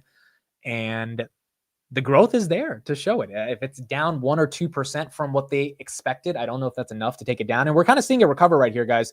Nvidia now down 2%. At the most, it was at 139.50. So call it down about 5.2%. Getting bought up. Yeah. Yeah, I think if these numbers scare you, I don't think, I don't know. If these numbers scare you, then you're probably in the wrong company, because I think numbers were pretty strong. I don't think anything looks crazy right now. Obviously, in the short term, price can move any direction. But if you're a long-term investor on NVIDIA, these numbers are nothing to cry about. You got Sean right here that says, I work globally in AI. Everyone is trying to build and they need talent, chips, and compute. I think that's also the thesis, right? It's like NVIDIA is cheaper than a lot of growth stocks that are out there right now because of attacking that global demand. And although, the market thinks, when is this going to kind of collapse? The guidance that they're giving every quarter, I mean, 37, last quarter they did 30 billion. The street wanted 28. This quarter the street wanted 33. They did 35. Next quarter they're guiding for 37. Probably going to do 39, right? It's just like, this is not stopping anytime soon. And I think the sell-off here is kind of just idiosyncratic, algorithmic, kind of short-term in nature, not really recognizing what they're doing. Or people are just saying, you know what, we're not going to let it go to 4 trillion today. Yeah, I think that's also another kind of thesis fighting NVIDIA. It's like, hey, look, this is already the world's largest company. How can it grow any larger than that? But I'm pretty sure that was the thesis for the first $1 trillion company, for the first $2 trillion company, and so on and so forth. So if AI is as really revolutionary as we're hearing from all these big tech players, and like Chris just mentioned, it's more than just AI, but obviously that's a huge growth opportunity right now. The accelerating market is a huge opportunity, and AI is going to fuel everything else, from robotics, from space travel, from healthcare, from sovereign AI, smart cities, smartphones, the list goes on and on. So that is something that can really, really grow the innovation that NVIDIA has. Yeah, I think we are entering into a world of abundance. And it's a world of abundance that most of us can't wrap our heads around because of how much innovation is happening. And I think you either believe in that world or you don't. And if you don't believe in that world, that's fine. But if you do believe in that world, there's going to be winners of that world. I think Tesla's going to be one of the winners. NVIDIA is going to be one of the winners. And the backbone, the infrastructure that makes that world possible are currently GPUs. And the byproduct of those GPUs, one of the biggest ones, is LLMs. They only are going to get better and better and better, which means the GPUs need to get better, which means that demand is there. So ultimately, you either have that worldview or you don't. Maybe you think the stock is cheap or the stock is expensive. That's a bit more subjective. But if you have that worldview, it makes sense to have some exposure into that ecosystem of AI, and NVIDIA is one of the ways to get there. For those that have a very, let's just say, juicy average, I think someone here in the chat said they have a $32 average. Here's the question for those with those, for the people with amazing averages. Do you sell on this earnings? Do you sell? Would you sell if you have like a $30 average, a $5 average? Jose probably has like a 2-cent average or something. Like if you wish it's in the teens. It's in the teens. Oh my gosh. Dude, if I was you, I would look at my portfolio every morning, just being like, I did that. I would show my wife every morning. I know you got a wife. You'd be like, look, babe, next time you're mad at me, do you know what I did 5 years ago when you were doing something? I was buying freaking NVIDIA. Yeah, I mean, unfortunately, like my first buys were obviously in the, I don't know, not obviously, but we're in the single digits. But most of my buys were in the teens. But my first buys coming out of college, not much money, were in the single digits. It's the beauty of the stock market. It's the beauty of the compounding machine that is the stock market. All right, so I'm reading the comments. Pretty much no one has the sentiment of selling. No one does. And I think that's an important question because for the OG holders of NVIDIA, this, you got to ask yourself, do you stay or you leave? We had someone who sold a bunch of shares at 145 right before the earnings call happened in the chat. So I would imagine some of you guys want to sell, but it seems like the majority of you are saying, nope, we are riding this to the end. Mm-hmm. Not bad. All right, let's go back to CNBC, get some more coverage, and then we'll keep going from there. Call is going to be in 15 minutes. Santoli, want to get you back in here. The gross margin guide for the fiscal fourth quarter from NVIDIA, 73.25 plus or minus 50 basis points.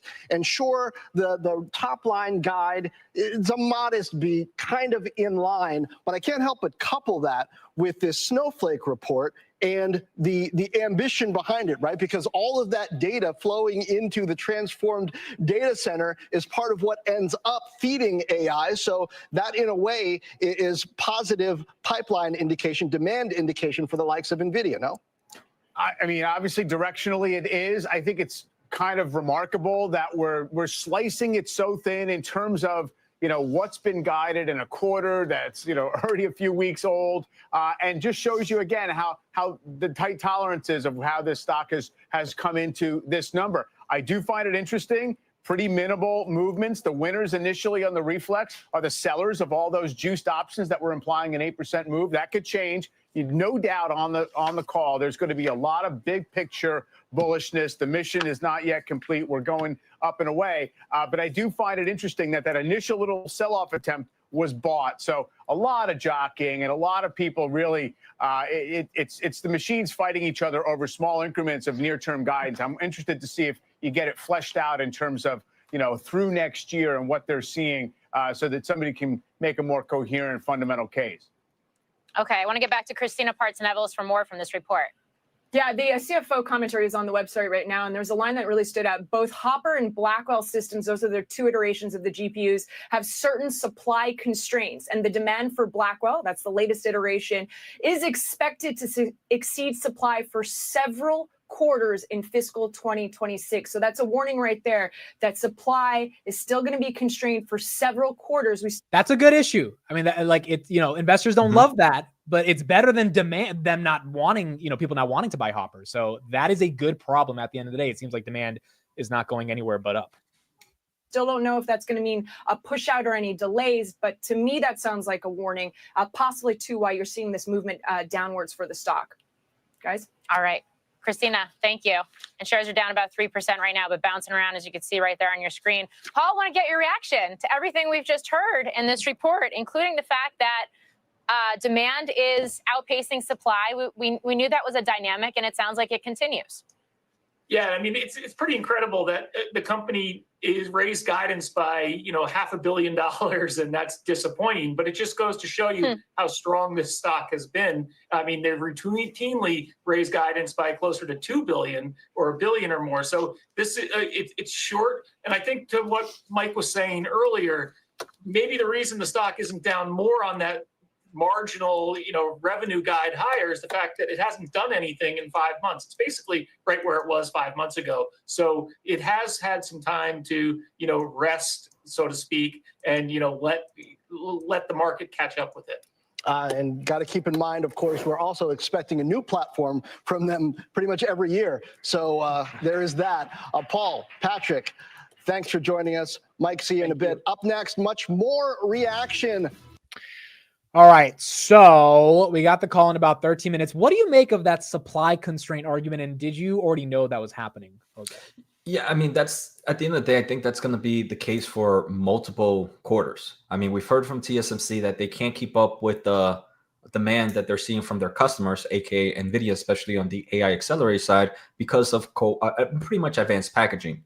So I think I don't necessarily see that as a warning. I mean, at the end of the day, it means just Nvidia, if they continue to increase their guidance, it means that they continue to get better capacity from TSMC, which is bullish. But even if they continue to get more capacity, they still can't keep up with demand. So what you really want to see is every single quarter is see an improvement or increasement in guidance in guidance for the next revenue, right? If we ever see a flat line, in my opinion, in that quarter revenue growth, I think that's when things are going to get really, really scary for the stock. But I think TSMC would provide information about that before we even hear it from Nvidia. So that's why even if you don't own companies like TSMC or companies that deal in the or the companies that deal with AI manufacturing, you still should pay attention to them as a Nvidia investor. So essentially, the supply chains that they operate in, which are very complex to make these chips, to make these GPUs, they're saying they don't have the infrastructure, the capacity to actually deal with all the demand via those supply chains. And you're saying that is a tailwind for overall expectation beats, because the streets is always going to expect a little bit less because of that. But once that changes, which could be a couple of years from now, that's when the revenue could decline. Yeah, that's when I think that's when, I don't know if revenue would decline, maybe it'll just stay flat. But when you start to no longer see those quarter over quarter growth, I think that's when things are going to get very bearish in forms of stock sentiment. I wouldn't say for long-term investors, but at least for bearish thesis coming out from media and everybody else, that's when it's really going to pick up. Okay, that is fair. That is fair. Let's get a little bit more coverage, guys. We got the call in about 11 minutes, and then we will keep going from there. 2026 and trade at 35 times that. That's $175. That's the bull case. if they miss on any of those massive hurdle raises that they have for the next 5 or 6 quarters, the stock could be half of that. That's the challenge investors have to balance, is that there's a lot of things that can go wrong. Right now, though, the demand is fantastic. Let me play Jensen's advocate here. The likelihood of them missing seems pretty low when you look at what looks like stability of hyperscaler demand and the overall software demand pouring in. Microsoft at Ignite is just making the argument that people do want its AI offerings. They're continuing to spend on this stuff. So 5 or 6 quarters from now, it might be too late to get up off a hold rating. When do you do it? Well, so consensus estimates are that NVIDIA is going to grow 50% next year.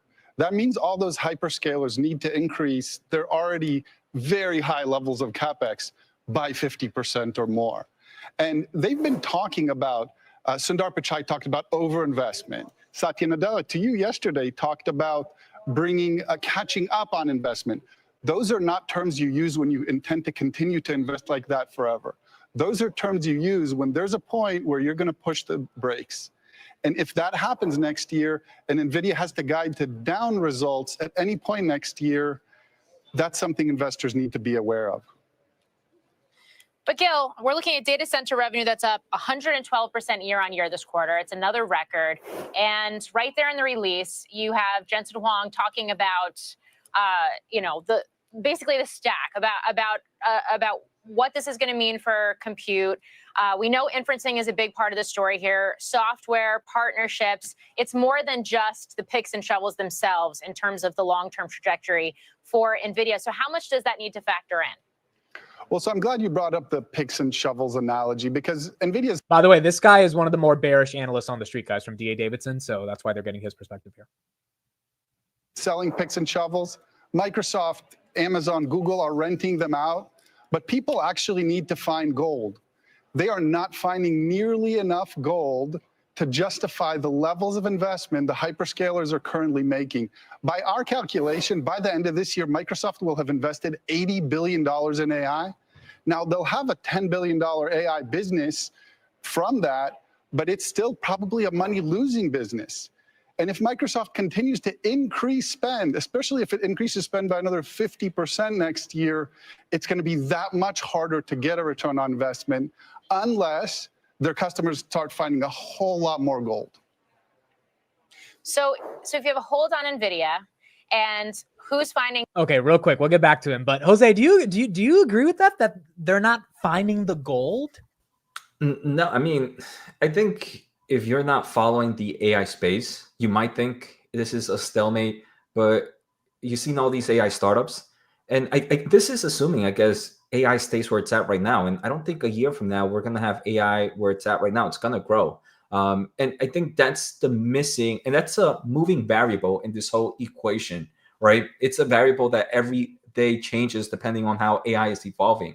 And that's the most important. And I think right now it's still evolving. So I think this guy is just a little bit salty. He still has a hold on the company. Well, yeah, he's had a hold for a while. I agree. FSD, that's some gold. Robotics, that's some gold. Figure AI, big robotic startup. They just put out a video. If you guys Google them on Twitter, Figure AI, you'll see the crazy video about robots doing stuff that are powered by GPUs. Palantir, if you look at any of their customer case studies that are what they're able to do because of AI-based workflows, I think there's a lot of gold. I think there's a lot more digging for gold. And it seems like that's a weaker reason to get bearish on NVIDIA. I mean, imagine when the first AI discovers the best pill to cure cancer for X type of cancer. The stock market would go crazy hearing something like that, right? So it's like, if AI can solve this problem, what can't AI solve? Correct. I agree, 1,000%. And gold is sort of up for grabs right now. Where do you invest? Especially when we talk about all of this spending that's happening from the hyperscalers and others, and then the halo effect of NVIDIA through that process when you think about supply chain and this demand versus supply picture. Well, there is some gold being found. I don't want to say there isn't any. And again, you mentioned Snowflake earlier. They're finding some gold. That's encouraging. We want to see more of that. But the company that's really finding the most gold is Meta. Meta is buying these massive data centers with NVIDIA GPUs, and they're turning it into a way to sell more ads, to sell ads for more money. And they're growing their core business faster based on this. They're the ones that are finding gold, and that makes them the best investment of the mega caps in the growth of AI. Wild card here, another OpenAI moment, right? Either from OpenAI or somebody else that juices investors' ideas about what valuation should be. That's exactly right. If OpenAI comes in the next few months with a model that's exponentially better than the last model and shows that compute is still scaling, that these models are still scaling with compute, that's a game changer. It'll be a game changer for everybody, and we hope that happens. If it doesn't, and there's some signs that you've been talking about that it might not, there's going to be a letdown. And all that capacity that Sam Altman is asking for from Microsoft and others, they may not give it to him, because if he doesn't show results towards superintelligence, towards AGI, towards this omnipotent tool, he may not get more capacity. That's when you may see some hyperscalers putting the brakes on. Okay. I have some thoughts. So do you think that the fate of everything rests on OpenAI putting out a good model? And do you think they're not going to put out a better model? I mean, they're going to continue to put out better models. And I'm seeing, we're hearing everybody else doing the same thing. I mean, like we saw, XAI just did a valuation to raise more money. Do you think they would need more money if they didn't think there was a better model out there? And then this guy seems to be so bullish on Meta, but Meta is also out there trying to get AGI. Like, that's one of their bullish theses. So I don't know. Sometimes it seems like people just get too. Obviously, AI seems weird. It seems, but I think at the end of the day, if you're investing in companies like this, you need to have some technological imagination of where the world can transform. Obviously, I'm not saying we're going to have robots and flying cars within the next year or two, but thanks to things like AI, thanks to semiconductors evolving, thanks to the innovation of companies like Nvidia, it is possible. So sometimes, again, these analysts just kind of look at that short-term mindset. And I think this is what us retail investors have a nice stronghold, that we can imagine what these companies can do.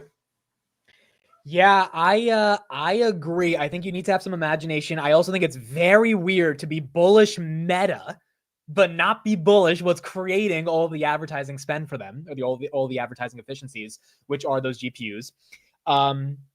Number two, what I think is also very weird, we got the call in 3 minutes, guys, is that his argument about OpenAI not coming up with a better model seems to be kind of like disconfirmed, because Sam Altman himself said we're probably going to have AGI in the next 1,000 days. Elon Musk the other day said we're going to have AGI by 2026. We know Elon Musk with timelines, but maybe that is 2026. We're going to start to see the beginnings of it. And ultimately, we know that the end goal of all of this is artificial super general intelligence. And if that is the end goal, then NVIDIA is a pivotal role. Now, either you believe that happens or you believe it doesn't. But if you believe it happens, then I don't know how you're bearish NVIDIA and bullish because Meta has more ads. It's hard. It's hard to justify that. Agree. Yeah, and he's one of the only guys on the street that's bearish.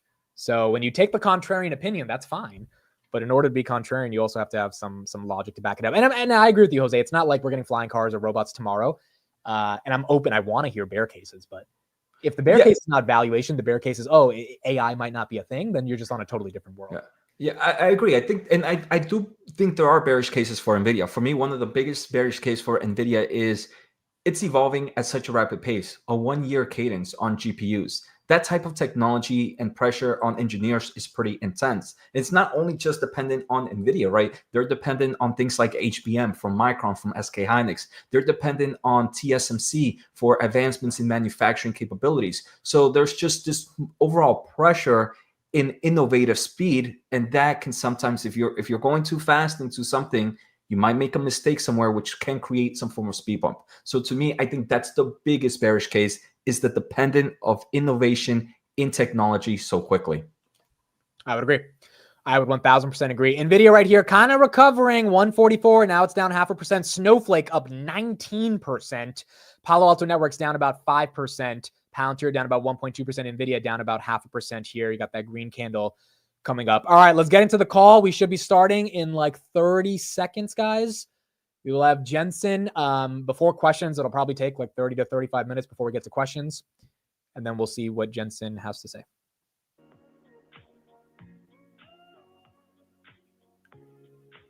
Should be starting in just about 20 to 30 seconds. Nvidia 145 briefly up. We hit 145 just for a brief second. It'll also be interesting to see if this thing can move on the call and if he says anything that gets the people excited around any part of their business, and then they end up buying the stock on what he says. Yeah, I wonder if Jensen's going to sound tired. I feel like last earnings call he was a little bit tired at the beginning. Oh, My name there is we go. Jale, and I'll be your conference operator today. At this time, All right, here we go. The call starts now. all lines have been placed on mute to prevent any background noise. After the speaker's remarks, there will be a question and answer session. If you would like to ask a question during this time, simply press star followed by the number 1 on your telephone keypad. If you would like to withdraw your question, press the star 1 again. Thank you. Stuart Stecker, you may begin your conference. Thank you. Good afternoon, everyone, and welcome to NVIDIA's conference call for the third quarter of fiscal 2025. With me today from NVIDIA are Jensen Huang, President and Chief Executive Officer, and Colette Kress, Executive Vice President and Chief Financial Officer. I'd like to remind you that our call is being webcast live on NVIDIA's Investor Relations website.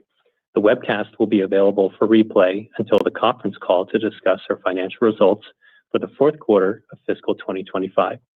The content of today's call is NVIDIA's property. It can't be reproduced or transcribed without our prior written consent. During this call, we may make forward-looking statements based on current expectations. These are subject to a number of significant risks and uncertainties, and our actual results may differ materially.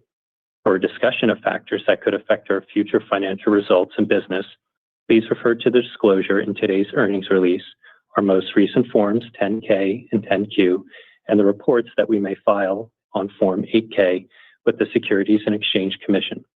All our statements are made as of today, November 20, 2024, based on information currently available to us. Except as required by law, we assume no obligation to update any such statements. During this call, we will discuss non-GAAP financial measures.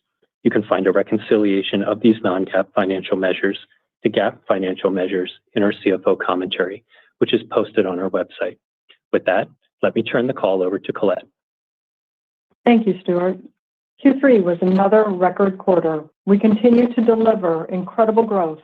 Revenue of $35.1 billion was up 17% sequentially and up 94% year on year, and well above our outlook of $32.5 billion. All market platforms posted strong sequential and year-over-year growth, fueled by the adoption of NVIDIA accelerated computing and AI. Starting with data center, another record was achieved in data center. Revenue of $30.8 billion, up 17% sequential and up 112% year on year. NVIDIA Hopper demand is exceptional, and sequentially, NVIDIA H200 sales increased significantly to double-digit billions, the fastest product ramp in our company's history. The H200 delivers up to 2x faster inference performance and up to 50% improved TCO. Cloud service providers were approximately half of our data center sales, with revenue increasing more than 2x year on year. CSPs deployed NVIDIA H200 infrastructure and high-speed networking with installations scaling to tens of thousands of GPUs to grow their business and serve rapidly rising demand for AI training and inference workloads. NVIDIA H200-powered cloud instances are now available from AWS, CoreWeave, and Microsoft Azure, with Google Cloud and OCI coming soon. Alongside significant growth from our large CSPs, NVIDIA GPU regional cloud revenue jumped 2x year on year as North America, EMEA, and Asia-Pacific regions ramped NVIDIA cloud instances and sovereign cloud buildouts. Consumer internet revenue more than doubled year on year as companies scaled their NVIDIA Hopper infrastructure to support next-generation AI models, training, multimodal and agentic AI, deep learning recommender engines, and generative AI inference and content creation workloads. NVIDIA's Ampere and Hopper infrastructures are fueling inference revenue growth for customers. NVIDIA is the largest inference platform in the world. Our large installed base and rich software ecosystem encourage developers to optimize for NVIDIA and deliver continued performance and TCO improvements. Rapid advancements in NVIDIA software algorithms boosted Hopper inference throughput by an incredible 5x in 1 year and cut time to first token by 5x. Our upcoming release of NVIDIA NIM will boost Hopper inference performance by an additional 2.4x. Continuous performance optimizations are a hallmark of NVIDIA and drive increasingly economic returns for the entire NVIDIA installed base. Blackwell is in full production after a successfully executed mass change. We shipped 13,000 GPU samples to customers in the third quarter, including one of the first Blackwell DGX engineering samples to OpenAI. Blackwell is a full stack, full infrastructure, AI data center scale system with customizable configurations needed to address a diverse and growing AI market. From x86 to ARM, training to inferencing GPUs, InfiniBand to Ethernet switches, and NVLink, and from liquid-cooled to air-cooled. Every customer is racing to be the first to market. Blackwell is now in the hands of all of our major partners, and they are working to bring up their data centers. We are integrating Blackwell systems into the diverse data center configurations of our customers. Blackwell demand is staggering, and we are racing to scale supply to meet the incredible demand customers are placing on us. Customers are gearing up to deploy Blackwell at scale. Oracle announced the world's first Zettascale AI cloud computing clusters that can scale to over 131,000 Blackwell GPUs to help enterprises train and deploy some of the most demanding next-generation AI models. Yesterday, Microsoft announced they will be the first CSP to offer, in private preview, Blackwell-based cloud instances powered by NVIDIA GB200 and Quantum InfiniBand. Last week, Blackwell made its debut on the most recent round of MLPerf training results, sweeping the per GPU benchmarks and delivering a 2.2x leap in performance over Hopper. The results also demonstrate our relentless pursuit to drive down the cost of compute. Just 64 Blackwell GPUs are required to run the GPT-3 benchmark compared to 256 H100s, for a 4x reduction in cost. NVIDIA Blackwell architecture with NVLink switch enables up to 30x faster inference performance and a new level of inference scaling throughput and response time that is excellent for running new reasoning inference applications like OpenAI's O1 model. With every new platform shift, a wave of startups is created. Hundreds of AI native companies are already delivering AI services with great success. Through Google, Meta, Microsoft, and OpenAI are the headliners. Anthropic, Perplexity, Mistral, Adobe Firefly, Runway, Midjourney, Lightricks, Harvey, Codium, Cursor, and Abridge are seeing great success, while thousands of AI native startups are building new services. The next wave of AI are enterprise AI and industrial AI. Enterprise AI is in full throttle. NVIDIA AI Enterprise, which includes NVIDIA NeMo and NIM microservices, is an operating platform of agentic AI. Industry leaders are using NVIDIA AI to build copilots and agents. Working with NVIDIA, Cadence, Cloudera, Cohesity, NetApp, Nutanix, Salesforce, SAP, and ServiceNow are racing to accelerate development of these applications with the potential for billions of agents to be deployed in the coming years. Consulting leaders like Accenture and Deloitte are taking NVIDIA AI to the world's enterprises. Accenture launched a new business group with 30,000 professionals trained on NVIDIA AI technology to help facilitate this global build-out. Additionally, Accenture, with over 770,000 employees, is leveraging NVIDIA-powered agentic AI applications internally, including one case that cuts manual steps in marketing campaigns by 25 to 35%.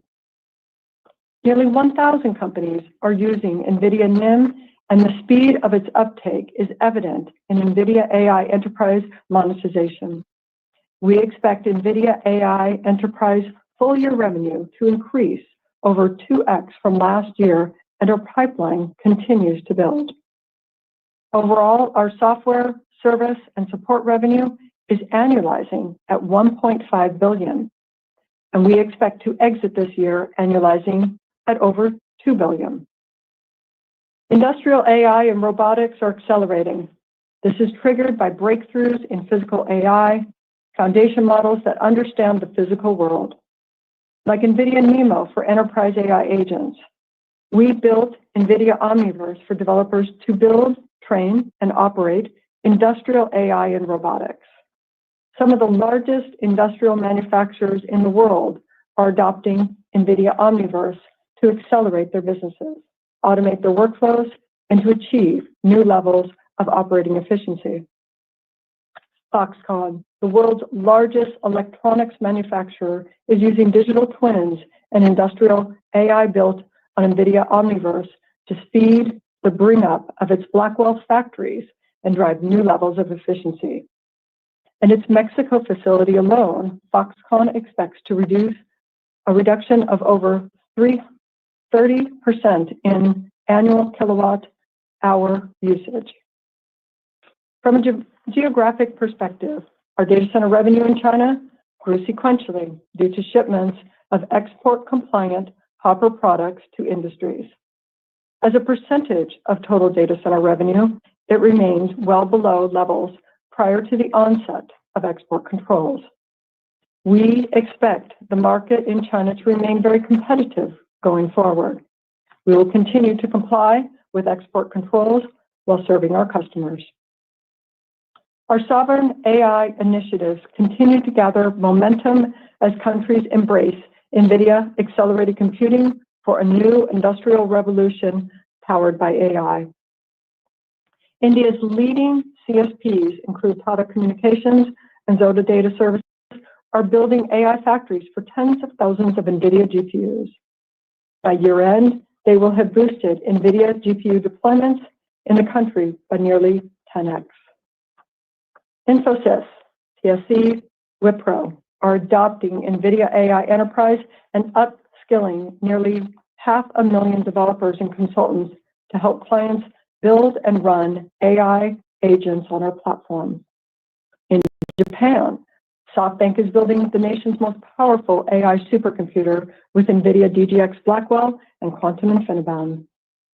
SoftBank is also partnering with NVIDIA to transform the telecommunications network into a distributed AI network with NVIDIA AI Aerial, an ARAN platform that can process both 5G RAN on AI on CUDA. We are launching the same in the US with T-Mobile. Leaders across Japan, including Fujitsu, NEC, and NTT, are adopting NVIDIA AI Enterprise, and major consulting companies, including EY, Strategy and Consulting, will help bring NVIDIA AI technology to Japan's industries. Networking revenue increased 20% year-on-year. Areas of sequential revenue growth include InfiniBand and Ethernet switches, SmartNICs, and Bluefield DPUs. Though networking revenue was sequentially down, networking demand is strong and growing, and we anticipate sequential growth in Q4. CSPs and supercomputing centers are using and adopting the NVIDIA InfiniBand platform to power new H200 clusters. NVIDIA Spectrum-X Ethernet for AI revenue increased over 3x year-on-year, and our pipeline continues to build with multiple CSPs and consumer internet companies planning large cluster deployments.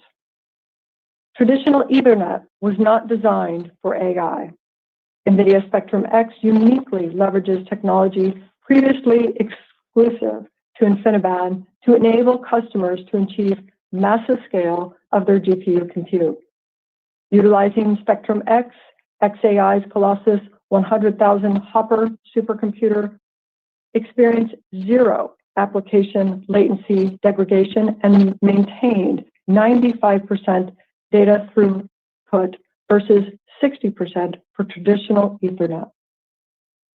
Now moving to gaming and AI PCs.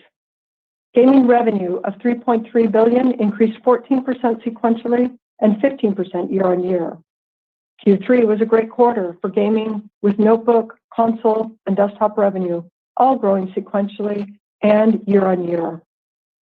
RTX end demand was fueled by strong back-to-school sales as consumers continued to choose GeForce RTX GPUs and devices to power gaming, creative, and AI applications. Channel inventory remains healthy, and we are gearing up for the holiday season. We began shipping new GeForce RTX AI PCs with up to 321 AI TOPS from ASUS and MSI, with Microsoft's Copilot Plus capabilities anticipated in Q4.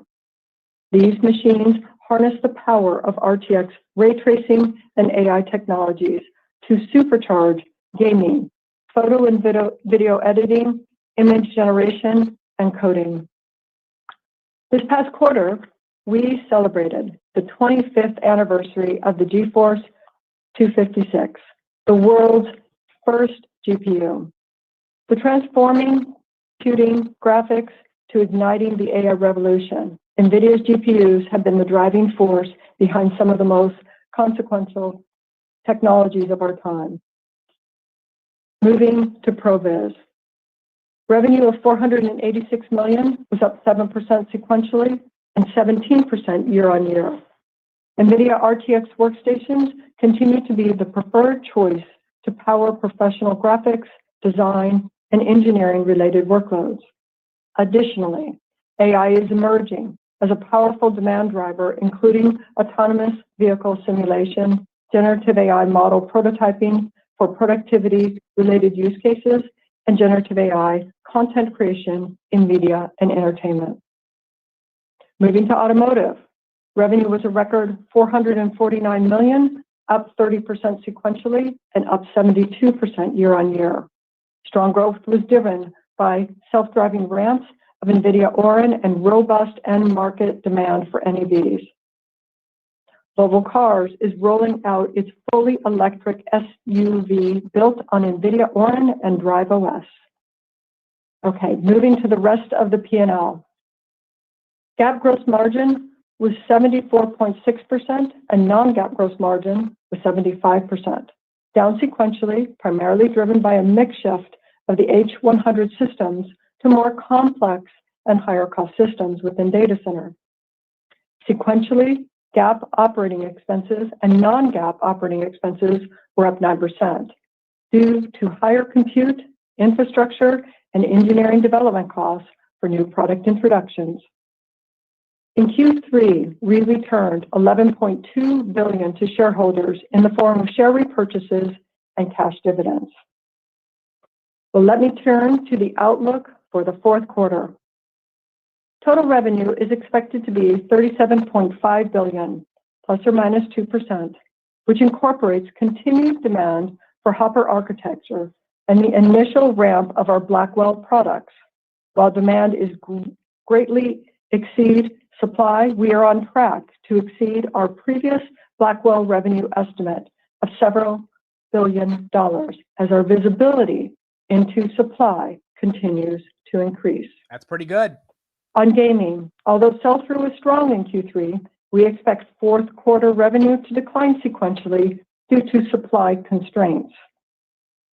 GAAP and non-GAAP gross margins are expected to be 73% and 73.5% respectively, plus or minus 50 basis points. Blackwell is a customizable AI infrastructure with 7 different types of NVIDIA-built chips, multiple networking options, and for air and liquid-cooled data centers. Our current focus is on ramping to strong demand, increasing system availability, and providing the optimal mix of configurations to our customer. As Blackwell ramps, we expect gross margins to moderate to the low 70s. When fully ramped, we expect Blackwell margins to be in the mid-70s. GAAP and non-GAAP operating expenses are expected to be approximately $4.8 billion and $3.4 billion, respectively. We are a data center scale AI infrastructure company. Our investments include building data centers for development of our hardware and software stacks and to support new introductions. GAAP and non-GAAP other income and expenses are expected to be an income of approximately $400 million, excluding gains and losses from non-affiliated investments. GAAP and non-GAAP tax rates are expected to be 16.5%, plus or minus 1%, excluding any discrete items. Further financial details are included in the CFO commentary and other information available on our IR websites. In closing, let me highlight upcoming events for the financial community. We will be attending the UBS Global Technology and AI Conference on December 3rd in Scottsdale. Please join us at CES in Las Vegas, where Jensen will deliver a keynote on January 6th. And we will host a Q&A session for financial analysts the next day on January 7th. Our earnings call to discuss results for the fourth quarter of fiscal 2025 is scheduled for February 26, 2025. We will now open the call for questions. Operator, can you poll for questions, please? Here we go. At this time, I would like to remind everyone, in order to ask a question, press star, then the number 1 on your telephone keypad. We'll pause for just a moment to compile the Q&A roster. All right, guys, now it's time. As a reminder, please limit yourself to one question. Your first question comes from the line of CJ Muse of Cantor Fitzgerald. Your line is open. Yeah, good afternoon. Thank you for taking the question. I guess just a question for you on the debate around whether scaling for large language models have stalled. Obviously, we're very early here, but we'd love to hear your thoughts on this front. How are you helping your customers as they work through these issues? And then obviously part of the context here is we're discussing clusters that have yet to benefit from Blackwell. So is this driving even greater demand for Blackwell? Thank you. Foundation model pre-training scaling is intact, and it's continuing. As you know, this is an empirical law, not a fundamental physical law. But the evidence is that it continues to scale. What we're learning, however, is that it's not enough. That we've now discovered 2 other ways to scale.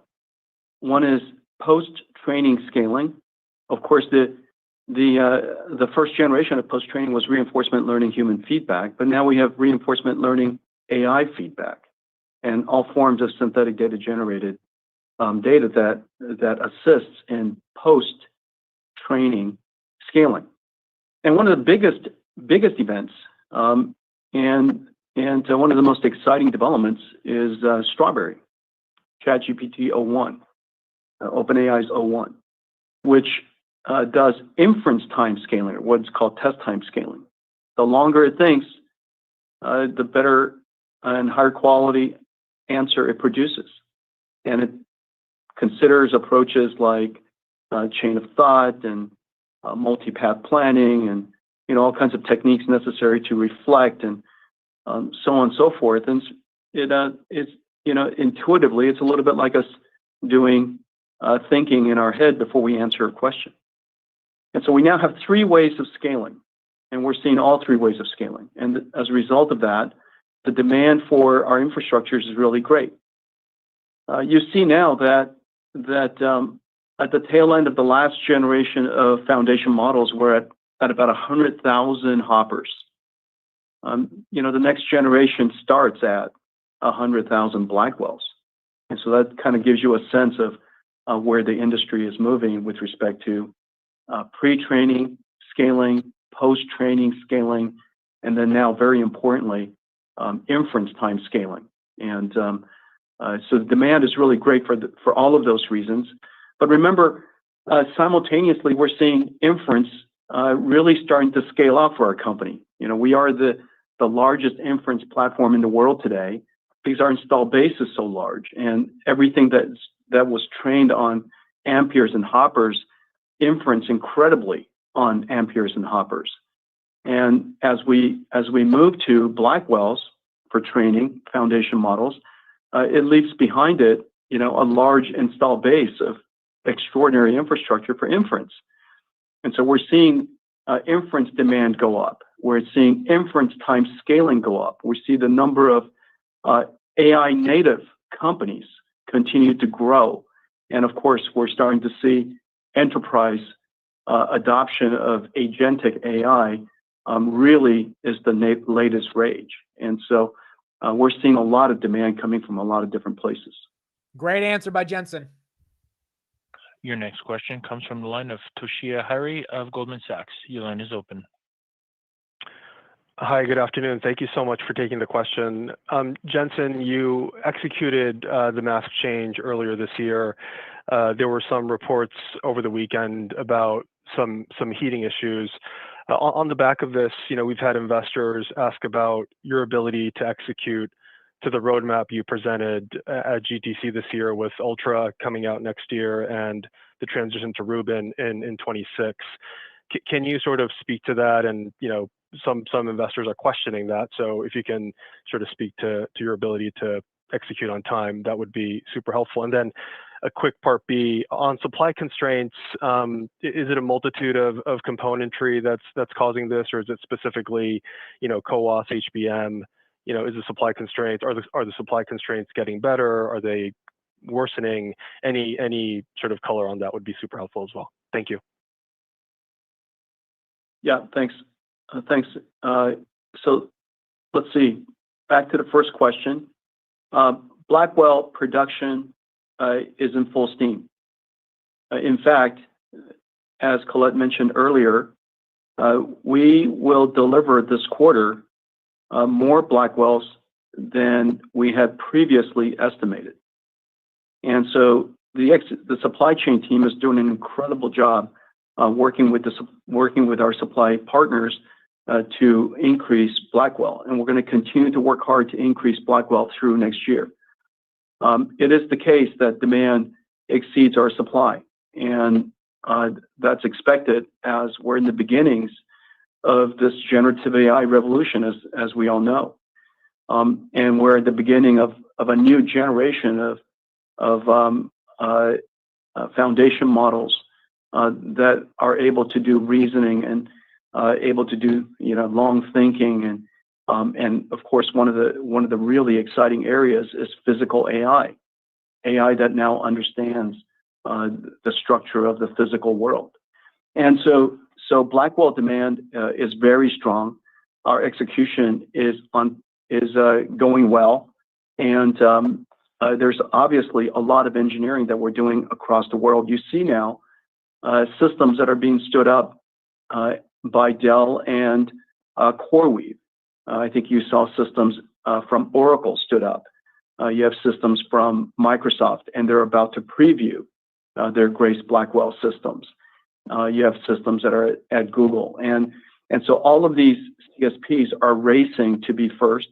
The engineering that we do with them is, as you know, rather complicated. And the reason for that is because although we build full stack and full infrastructure, we disaggregate all of this AI supercomputer, and we integrate it into all of the custom data centers in architectures around the world.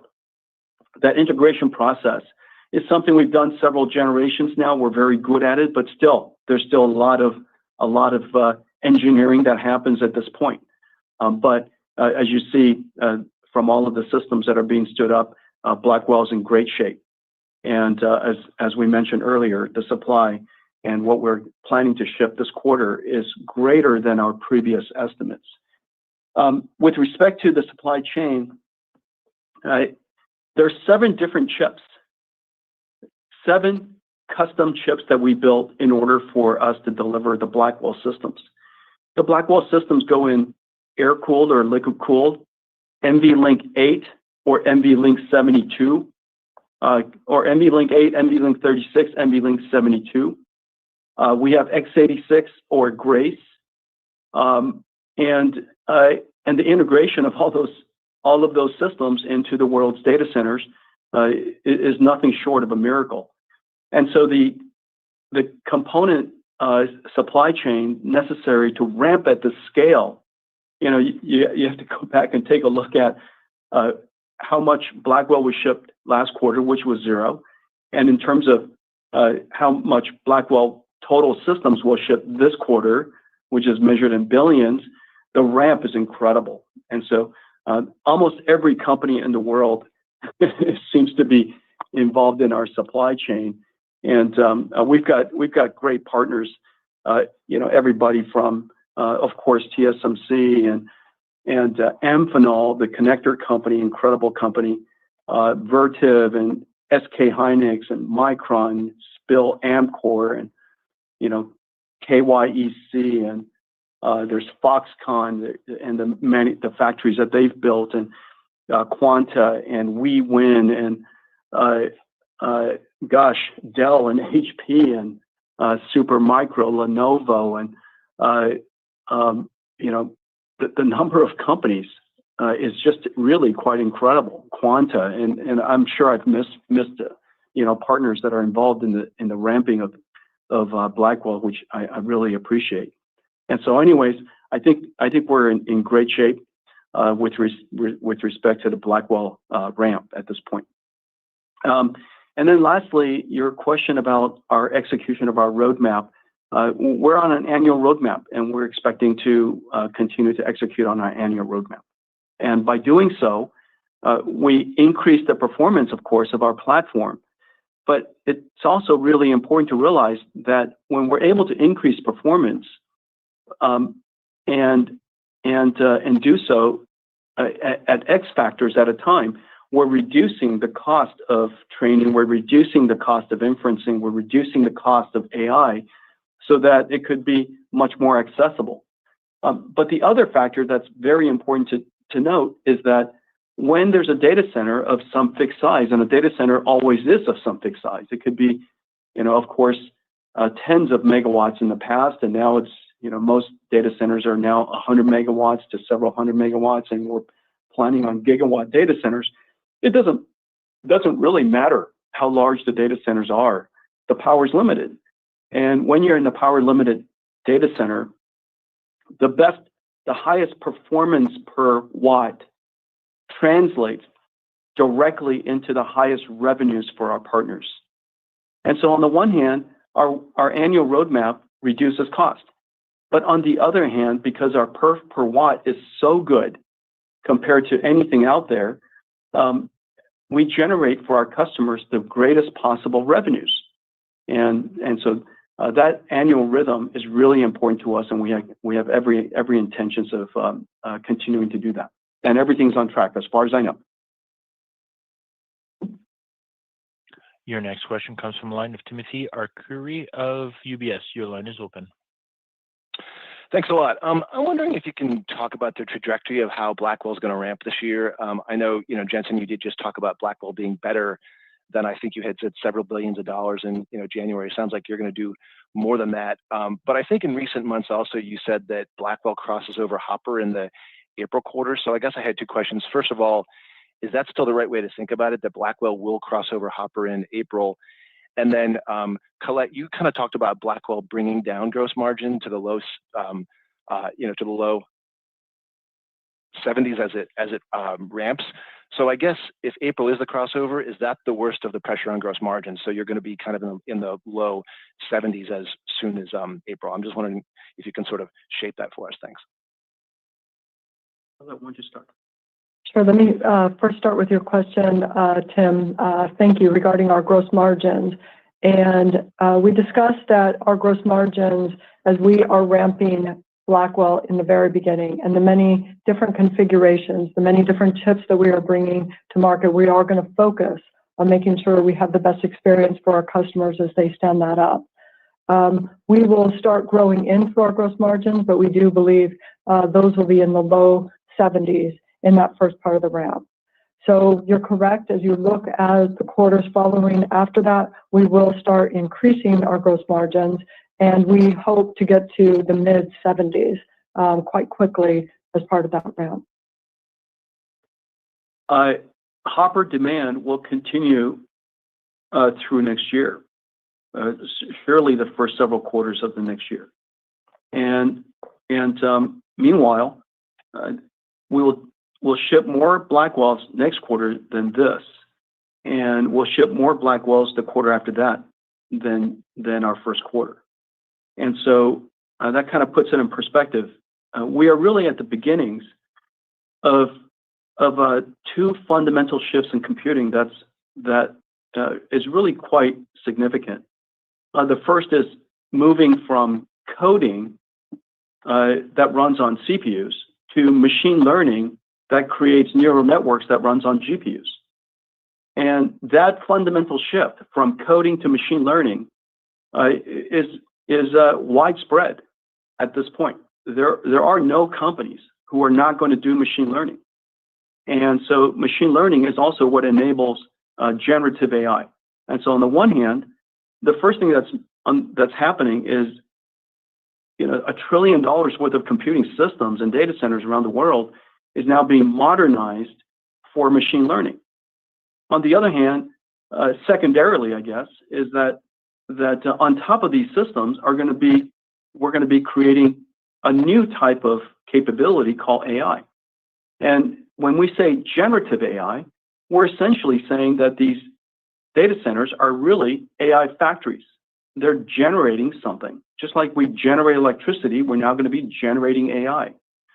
And if the number of customers is large, just as the number of consumers of electricity is large, these generators are going to be running 24/7.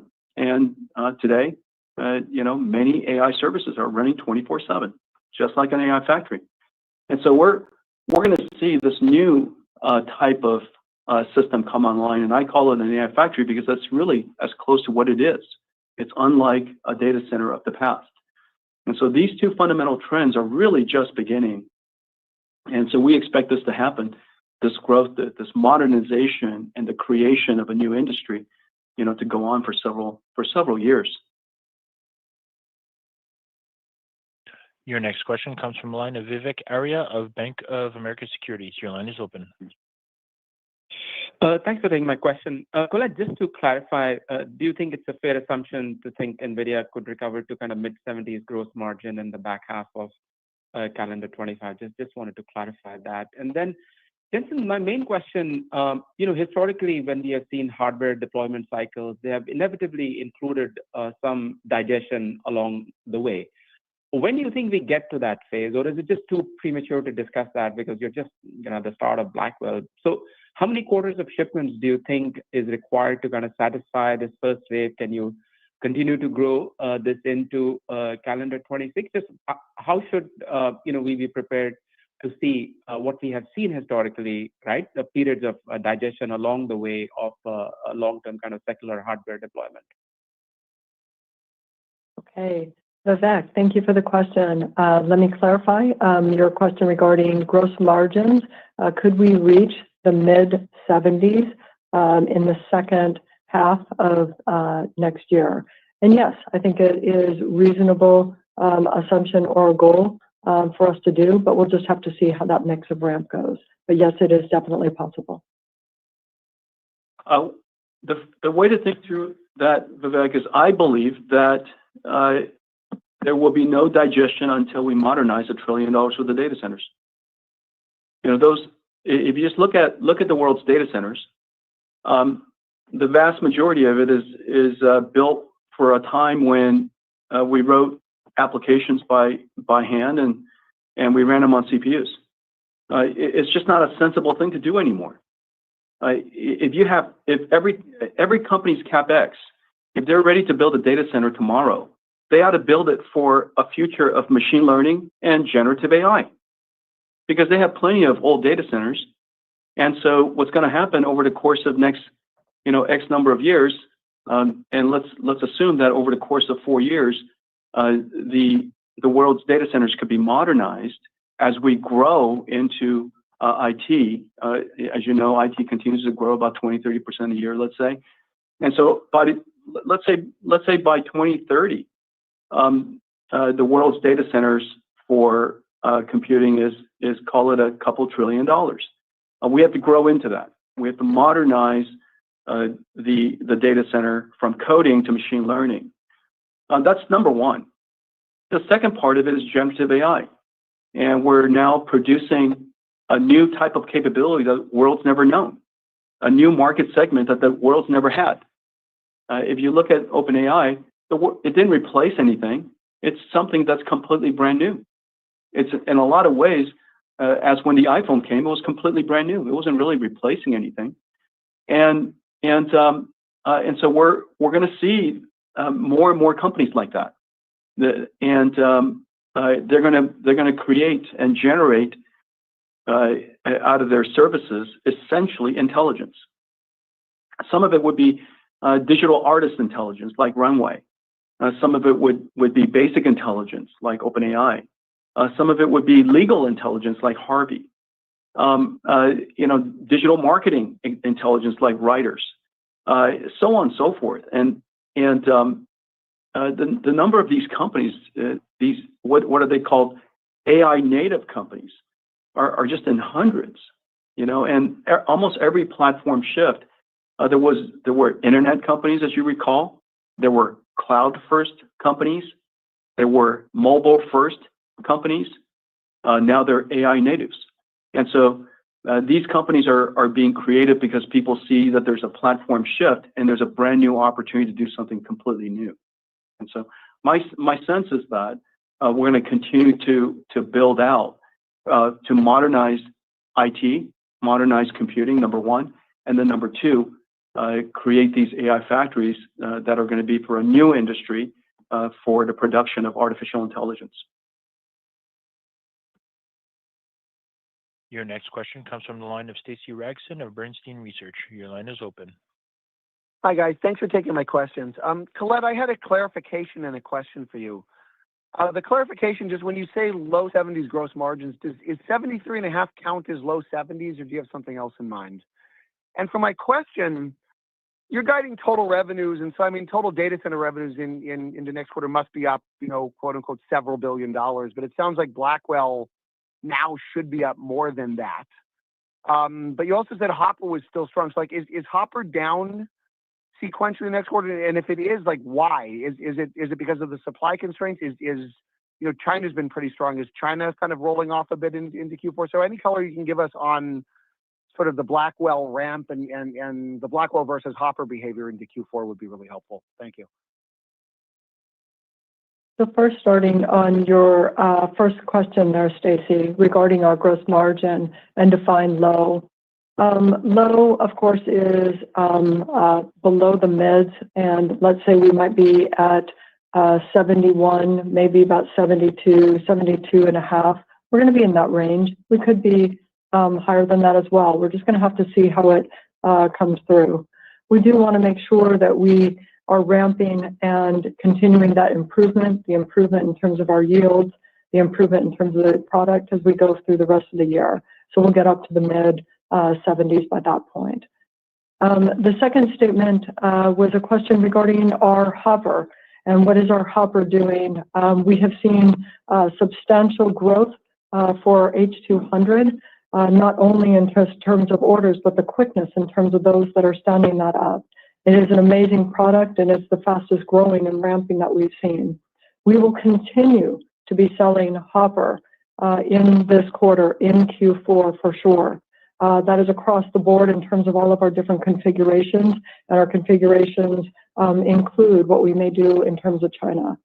But keep that in mind that folks are also at the same time looking to build out their Blackwell. So we've got a little bit of both happening in Q4. But yes, is it possible for Hopper to grow between Q3 and Q4? It's possible, but we'll just have to see. Your next question comes from the line of Joseph Moore of Morgan Stanley. Your line is open. Great, thank you. I wonder if you could talk a little bit about what you're seeing in the inference market. You've talked about Strawberry and some of the ramifications of longer scaling inference projects, but you've also talked about the possibility that as some of these Hopper clusters age, that you could use some of the Hopper latent chips for inference. So, I guess, do you expect inference to outgrow training in the next kind of 12-month time frame, and just generally your thoughts there? Our hopes and dreams is that someday the world does a ton of inference, and that's when AI has really succeeded. Is when every single company is doing inference inside their companies for the marketing department and forecasting department and supply chain group and their legal department and engineering, of course, and coding, of course, and so we hope that every company is doing inference 24/7, and that there will be a whole bunch of AI native startups, thousands of AI native startups that are generating tokens and generating AI, and every aspect of your computer experience, from using Outlook to PowerPointing, or when you're sitting there with Excel, you're constantly generating tokens. And every time you read a PDF, open a PDF, it generated a whole bunch of tokens. One of my favorite applications is Notebook LM. This Google application that came out. I use the living daylights out of it just because it's fun, And I put every PDF, every archive paper into it just to listen to it, as well as scanning through it. And so I think that's the goal, is to train these models so that people use it. And there's now a whole new era of AI, if you will, a whole new genre of AI called physical AI. Just as large language models understand the human language and the thinking process, if you will. Physical AI understands the physical world, and it understands the meaning of the structure, and understands what's sensible and what's not, and what could happen and what won't. And not only does it understand, but it can predict, roll out a short future. That capability is incredibly valuable for industrial AI and robotics, and so that's fired up so many AI native companies and robotics companies and physical AI companies that you're probably hearing about, and it's really the reason why we built Omniverse. Omniverse is so that we can enable these AIs to be created and learn in Omniverse, and learn from synthetic data generation and reinforcement learning, physics feedback instead of human feedback. It's now physics feedback. To have these capabilities, Omniverse was created so that we can enable physical AI. And so that the goal is to generate tokens. The goal is to inference, and we're starting to see that growth happening. So I'm super excited about that. Now, let me just say one more thing. Inference is super hard, and the reason why inference is super hard is because you need the accuracy to be high. On the one hand, you need the throughput to be high so that the cost could be as low as possible, but you also need the low latency to be low. And computers that are high throughput as well as low latency is incredibly hard to build. And these applications have long context lengths because they want to understand, they want to be able to inference within understanding the context of what they're being asked to do. And so the context length is growing larger and larger. On the other hand, the models are getting larger. They're multimodality. Just the number of dimensions that inference is innovating is incredible. And this innovation rate is what makes NVIDIA's architecture so great, because our ecosystem is fantastic. Everybody knows that if they innovate on top of CUDA, on top of NVIDIA's architecture, they can innovate more quickly, and they know that everything should work. And if something were to happen, it's probably likely their code and not ours. And so that ability to innovate in every single direction at the same time, having a large installed base so that whatever you create could land on an NVIDIA computer and be deployed broadly all around the world in every single data center, all the way out to the edge, into robotic systems. That capability is really quite phenomenal.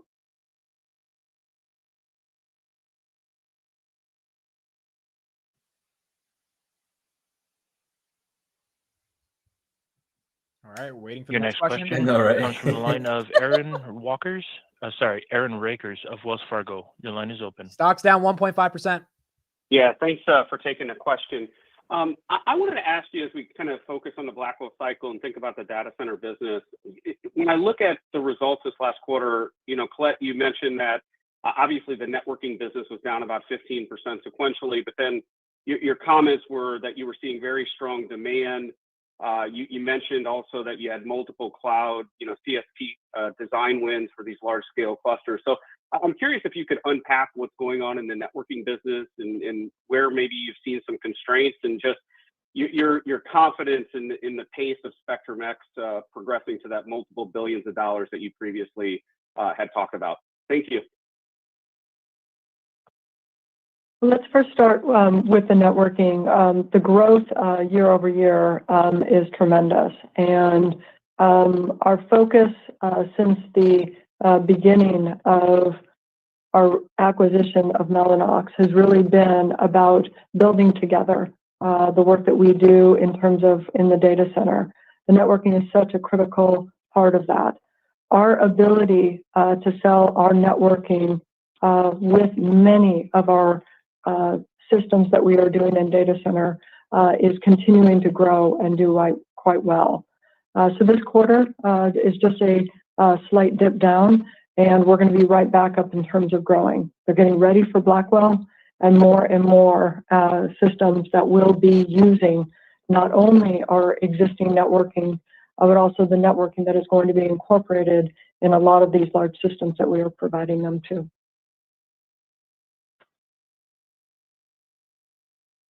Your next question comes from the line of Atif Malik of Citi. Your line is open. Thank you for taking my question. I have two quick ones for Colette. Colette, on the last earnings call, you mentioned that sovereign demand is in low double-digit billions. Can you provide an update on that? And then can you explain the supply constraint situation in gaming? Is that because you're shifting your supply towards data center? So first, starting in terms of sovereign AI, such an important part of growth, something that has really surfaced with the onset of generative AI and building models in the individual countries around the world. And we see a lot of them, and we talked about a lot of them in the call today, and the work that they are doing. So our sovereign AI and our pipeline going forward is still absolutely intact, as those are working to build these foundational models in their own language, in their own culture, and working in terms of the enterprises within those countries. And I think you'll continue to see this be a growth opportunities that you may see with our regional clouds that are being stood up, and or those that are focusing in terms of AI factories for many parts of the sovereign AI. This is areas where this is growing not only in terms of in Europe, but you're also seeing this in terms of growth in terms of in the Asia Pac as well. Let me flip to your second question that you asked regarding gaming. So our gaming right now from a supply, we're busy trying to make sure that we can ramp all of our different products. And in this case, our gaming supply, given what we saw selling through, was moving quite fast. Now, the challenge that we have is how fast could we get that supply getting ready into the market for this quarter. Not to worry, I think we'll be back on track with more suppliers. We turn the corner into the new calendar year. We're just going to be tight for this quarter. Your next question comes from the line of Ben Reitzes of Melius Research. Your line is open. Yeah, hi. Thanks a lot for the question. I wanted to ask Colette and Jensen, with regard to sequential growth. So Very strong sequential growth this quarter, and you're guiding to about 7%. Do your comments on Blackwell imply that we reaccelerate from there as you get more supply? In the first half, it would seem that there would be some catch up. So I was wondering how prescriptive you could be there. And then Jensen, just overall, with the change in administration that's going to take place here in the U.S. and the China situation, have you gotten any sense or any conversations about, tariffs or anything with regard to your China business? Any sense of what may or may not go on? It's probably too early, but wondering if you had any thoughts there. Thanks so much. We guide one quarter at a time. We are working right now on the quarter that we're in and building what we need to ship in terms of Blackwell. We have every supplier on the planet working seamlessly with us to do that. And once we get to next quarter, we'll help you understand in terms of that ramp that we'll see to the next quarter going after that. Whatever the new administration decides, we will of course support the administration, and that's the highest mandate. And then after that, do the best we can, and just as we always do.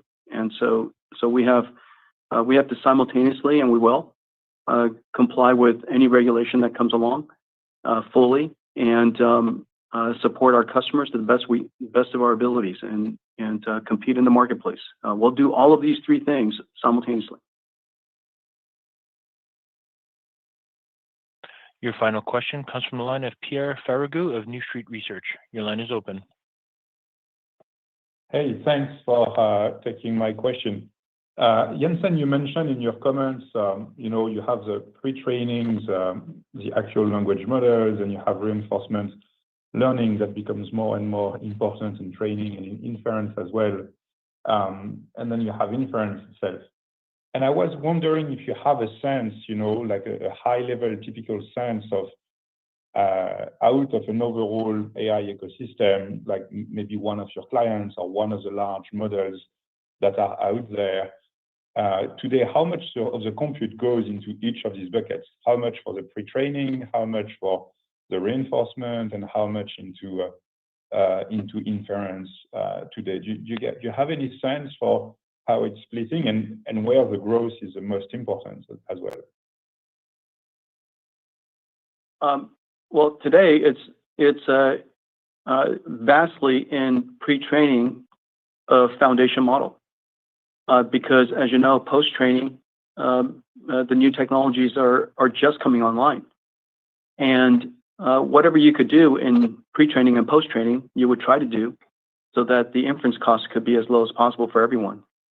However, there are only so many things that you could do a priori, and so you'll always have to do on-the-spot thinking and in-context thinking and reflection.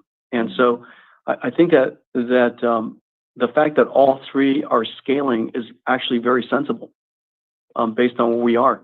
And in the area of foundation model, now we have multimodality foundation models, and the amount of petabytes of video that these foundation models are going to be trained on is incredible. And so my expectation is that for the foreseeable future, we're going to be scaling pre-training, post-training, as well as inference time scaling, and which is the reason why I think we're going to need more and more compute, and we're going to have to drive as hard as we can to keep increasing the performance by X factors at a time, so that we can continue to drive down the cost and continue to increase their revenues and get the AI revolution going. Thank you. Thank you. Well, I'll turn the call back over to Jensen Huang for closing remarks. Thank you. The tremendous growth in our business is being fueled by two fundamental trends that are driving global adoption of NVIDIA computing. First, the computing stack is undergoing a reinvention, a platform shift, from coding to machine learning, from executing code on CPUs to processing neural networks on GPUs. The $1 trillion install base of traditional data center infrastructure is being rebuilt for software 2.0, which applies machine learning to produce AI. Second, the age of AI is in full steam. Generative AI is not just a new software capability, but a new industry with AI factories manufacturing digital intelligence, a new industrial revolution that can create a multi-trillion-dollar AI industry. Demand for Hopper and anticipation for Blackwell, which is now in full production, are incredible for several reasons. There are more foundation model makers now than there were a year ago. The computing scale of pre-training and post-training continues to grow exponentially. There are more AI native startups than ever, and the number of successful inference services is rising. And with the introduction of ChatGPT 01, OpenAI 01, a new scaling law called test time scaling has emerged. All of these consume a great deal of computing. AI is transforming every industry, company, and country.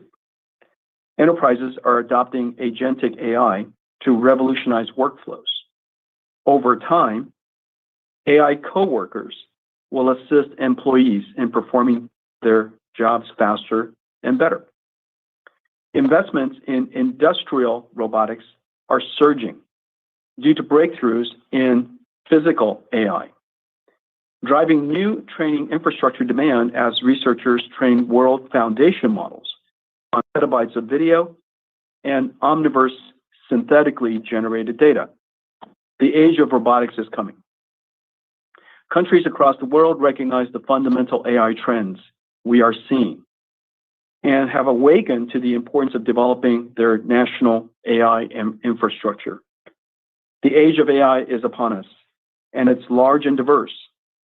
NVIDIA's expertise, scale, and ability to deliver full stack and full infrastructure let us serve the entire multi-trillion-dollar AI and robotics opportunities ahead. From every hyperscale cloud, enterprise private cloud, to sovereign regional AI clouds, on-prem to industrial edge and robotics. Thanks for joining us today, and catch up next time. This concludes today's conference call. You may now disconnect.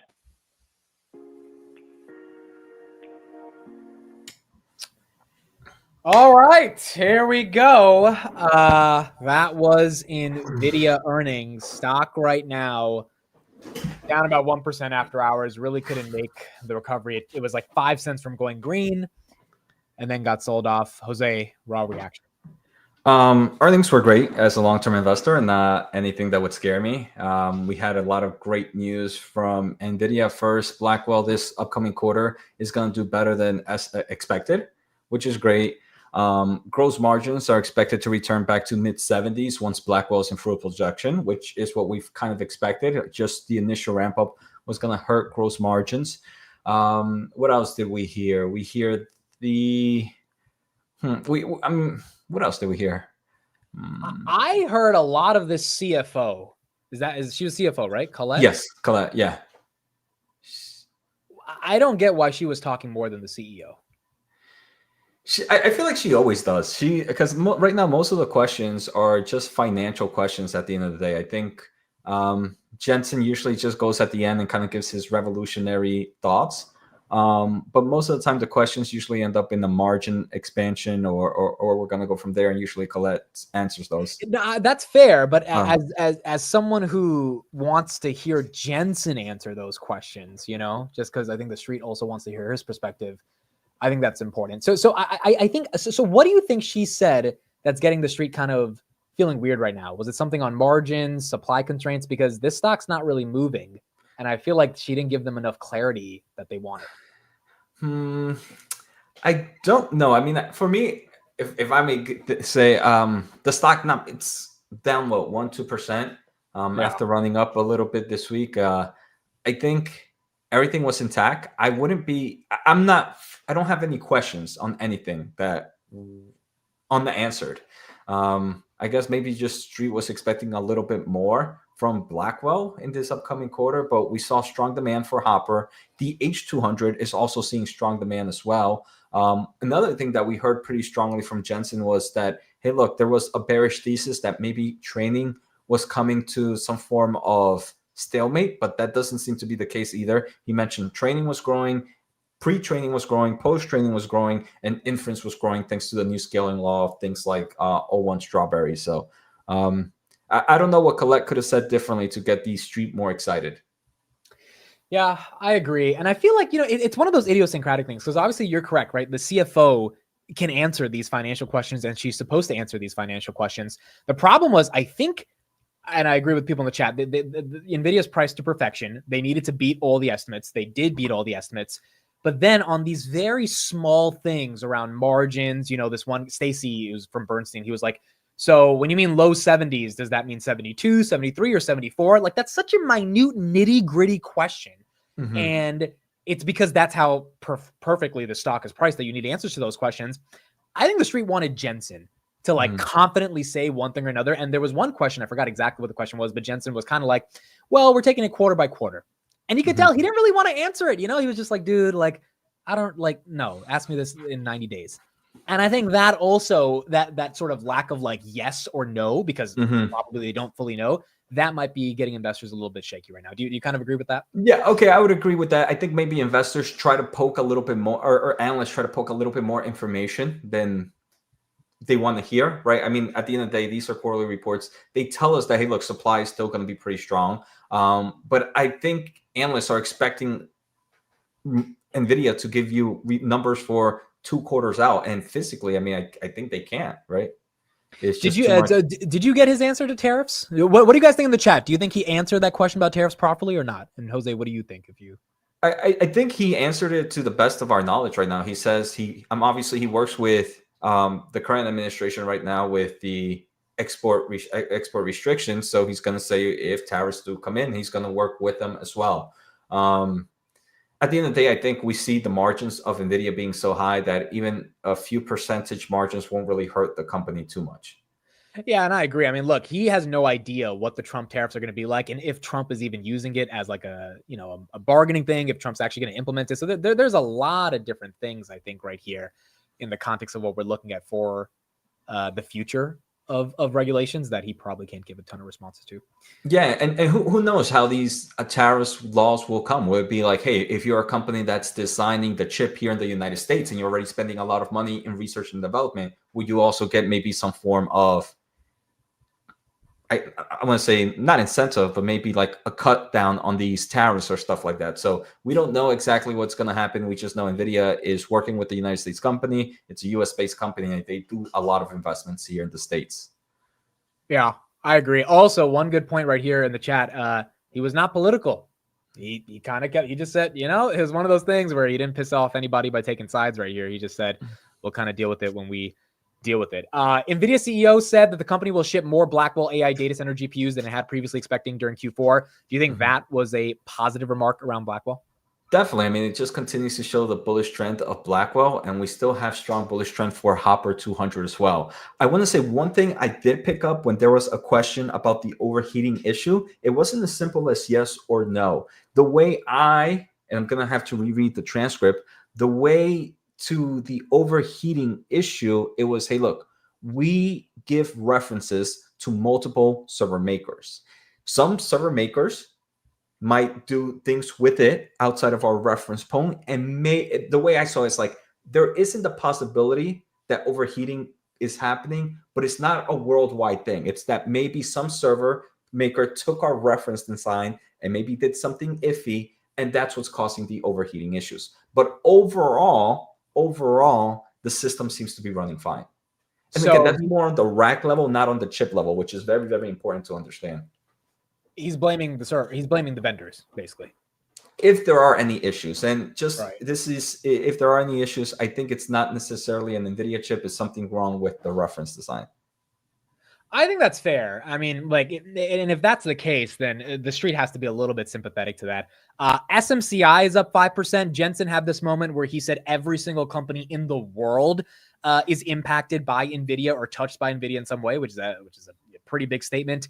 And he listed like 20 companies, and at the end he mentions Supermicro. Did you think he was going to mention them, or are you happy that he is not ignoring them? I think Jensen is a very respectable man, and he respects all his partnerships. Obviously, I think right now he is working with everybody. Everybody that can make an AI server, he's working with them. And I'm not bullish or bearish for SMCI for NVIDIA to mention it. But I think investors might have been worried that there were a lot of reports going out there that NVIDIA was not going to be sending chips to Supermicro due to the whole drama. So I guess this kind of helped cure some of those uncertainties for Supermicro. Yeah, because he didn't mention them till the very end. And a lot of people thought, all right, he's going to just ignore them right here. But no, he mentioned them. So it seems like he's going to keep working with them. Here's Dan Ives on the results, everybody. But let's get to Dan Ives now, Global Head of Technology Research at Wedbush Securities. As this market digests this news, Dan, we are seeing a little pairing of those declines. You were looking for a mic drop quarter. Could you call this that? I think you print this press release off and you could put it in the Louvre. Just frame it. Oh. Because look, I mean, what you're really seeing here, this is a stock that's going to be green tomorrow. I mean, what they're putting up in terms of Hopper, in terms of overall growth, it's exactly what the bulls want, and he'll continue to underpromise. I mean, next quarter that could be a 4 in front of it in terms of ultimately revenue. This is just the beginning of the AI revolution. $4 trillion on its way. Sure, and long term, you may be very well right, but are you not concerned about this plus or minus 2% that the company is reporting on revenue, simply because the market wants the company to beat and beat well every quarter? Yeah, if you looked up sandbag special in the dictionary, you'd see this guidance. And I think Street's going to look through it. I think there's a stock that probably will be up even on the conference call, because if you look at everything that they did here in terms of the data center, you could Hopper. We could be talking 5, 7, 8 billion per quarter. That was just ultimately many thought it could just be a few billion. So as this all plays out and you start to look at numbers over the next, call it 12 to 18 months, the godfather of AI, Jensen, NVIDIA, continue to be in that Mount Rushmore. And it just shows it's starting with NVIDIA. Now second, third, fourth derivatives playing out. That's why it's 9:30, 10 p.m. in this AI party. That goes to 4 a.m. Oof. Has the time changed at all since you came out with that? It was 9 p.m. Okay. And now we're 9:30, okay, 10 got p.m. it. So my other question to you, since there are so many there's so much comments on Blackwell, how production will ramp up into fiscal 2026, the production shipments will begin in the fourth quarter of fiscal year 2025, which is the current quarter. Does NVIDIA break out Blackwell revenue, or is this something that you and investors always need to reverse engineer out of the data center numbers? Yeah, essentially investors reverse engineer it. But if you look in terms of some of the wording there, basically saying any of those heating issues, don't worry about it. And I think that's going to give more and more comfort. This is going to ram significantly in terms of that. And I think that continues to be the story, because we've talked about from our Asia trip, demand to supply 15 to 1. And there's only one game in town, and he's wearing a black leather jacket. His name's Jensen. And I think that's why this continues to be still in the early days of what I believe we'll be talking about $4 trillion on. You mentioned the overheating issues, and these are Blackwell, overheating, which might require redesign of the servers housing the chips. And the companies that make the servers are Dell, Hewlett Packard Enterprise, Supermicro. Do they end up carrying the cost of having to redesign everything? Yeah, but ultimately, I think that is something that's really noise. And from all the checks we do, that's why, look, when you're at the top of the mountain, you're always going to have people trying to take shots at you. But if you look at how NVIDIA is playing out here, there's really no production issues as this all ramped. And that's why when you hear from Jensen today, I think investors are going to realize this AI revolution, now it's about second, third, fourth derivatives. You look what's going to play across software, across the rest of semis, across cybersecurity. If you're a tech bull, this combined with obviously the last few weeks in terms of Trump, Musk, and everything we see, this is what I think is really going to be a setup to a Santa Claus rally. So we are seeing Nvidia saying that Blackwell is going to exceed supply for several quarters, but that there are some supply constraints. Now, you do those channel checks, Dan. Tell us the truth. Where have you seen those bottlenecks or those potential places where supply will be constrained? Everyone's waiting in line. They're at the velvet ropes, and there's only one party, and that's really in terms of Nvidia and Jensen. I think the issue there is that you want those next chips. That's what everyone. That's the new oil or gold. Yeah, but that's the customer side. I'm talking about from the supply side, from Nvidia being able to actually deliver these. It's ramping. It's ramping. Look, like any new production, any new chip, it's going to take time to ramp. But I would say if you thought relative to 3 months ago, ahead of expectations. So you sit there right now. If Jensen's flying the plane, you're in 3A watching Netflix, feeling pretty good. In terms of pricing power, can Jensen Huang raise the prices of those Blackwell chips even more than what he has already? I mean, what are you expecting on that front? And should people look for maybe increased prices for those chips? They definitely can, but right now it's all about market share. They're just going to continue to go further and further out. And even when you look at what the hyperscalers are spending, you have now $300-400 billion of capex, AI capex, just in your sites. Then you think about sovereigns, you look at private, look at everything else. It just shows we are in an unparalleled, once in a 40-year tech trend, and that's why that Mount Rushmore is Jensen along with Nadella, Karp, and others. Wow, you got Karp and Nadella on the Mount Rushmore with Jensen. So anything he said there that you disagree with, or do you think he's spot on in his analysis? No, I think it's very spot on, and I think he did something great by making sure that ones understand that if there are overheating issues, it's at the server side and not at the chip side, which is just noise at the end of the day. So I think long-term investor earnings were great. Stock price, I believe tomorrow we're going to see a lot of analysts just continue to reiterate what we might have heard these past weeks on either price targets, on either buy ratings, because I don't think there's anything out here that should really scare long-term investors about their thesis. I agree. I think earnings were great. They beat on revenue by $2 billion. Guidance, I agree with Dan Ives. I think they're sandbagging at 37.5. It's probably coming in closer to 39 billion. Net income margins went up. Gross margins slightly down, but they have issues, or they have a way to address that. And ultimately, if you believe in AI, Nvidia is one of those stocks to be long on when it comes to that overarching ecosystem. That doesn't mean that it's necessarily cheap right now. That's based on kind of your subjective understanding of valuation. Everyone has a different take on that. But I definitely don't think this was a quarter where we deserve a negative 6 or 7% down day tomorrow. And maybe it goes green, maybe it doesn't. Kind of streets recovering from 138 where it was at before, now at 144. Option sellers win today, kind of flat. The street thinks, all right, it's already up 200% year to date. We don't need to add more to it. But they're definitely not taking away from it. And I think for everybody here that's a general investor, even if you're not in Nvidia, you need the market to end out good this year. You have the Trump presidency, obviously, which the market loved. Q3 earnings have been pretty strong in every single industry. Most companies are beating on the top and the bottom line. You needed Nvidia to do the same. The stock is the stock, but Nvidia has delivered. And I think that's overall good for the market. Yep. I'm pretty excited, and I'll probably be dropping. I'll most likely be reading the transcript one more time to see if there's anything I missed, and I'll be dropping another video later today on this. All right, there you go. That is it for us, folks. Thank you, everybody, for joining. I think at one point we had 19,000 people watching. It means the absolute world for us. Thank you all for being here today. We did this last time. We will do it next time, and we were able to do it this time. For the people on my channel, this is Jose's YouTube. You guys already know him pretty well, but you guys can follow him there. His Twitter will be in the description as well. And we really appreciate you spending the time with us and getting to watch us break down and analyze the results. Jose, any last thoughts? Thank you. I'm not that quick with live stream, but I'll try to share your channel in my comments. But thank you again for having me. Thank you for the viewers on your side, and thank you for the viewers on my side. You guys are awesome, and thank you for the support. And make sure to catch the morning stream tomorrow. I love it. Thank you, everybody. Again, we can't do this unless you guys show up here and continue to enjoy the content. Hopefully, we can keep making valuable content that makes it fun enough for you guys to join every single time. NVIDIA Q3 2024 earnings. It's done. Jensen delivered. And tomorrow in the market open, we will see how the market interprets it. Thank you, everybody. Have a good one. We'll see you guys next time. Bye-bye.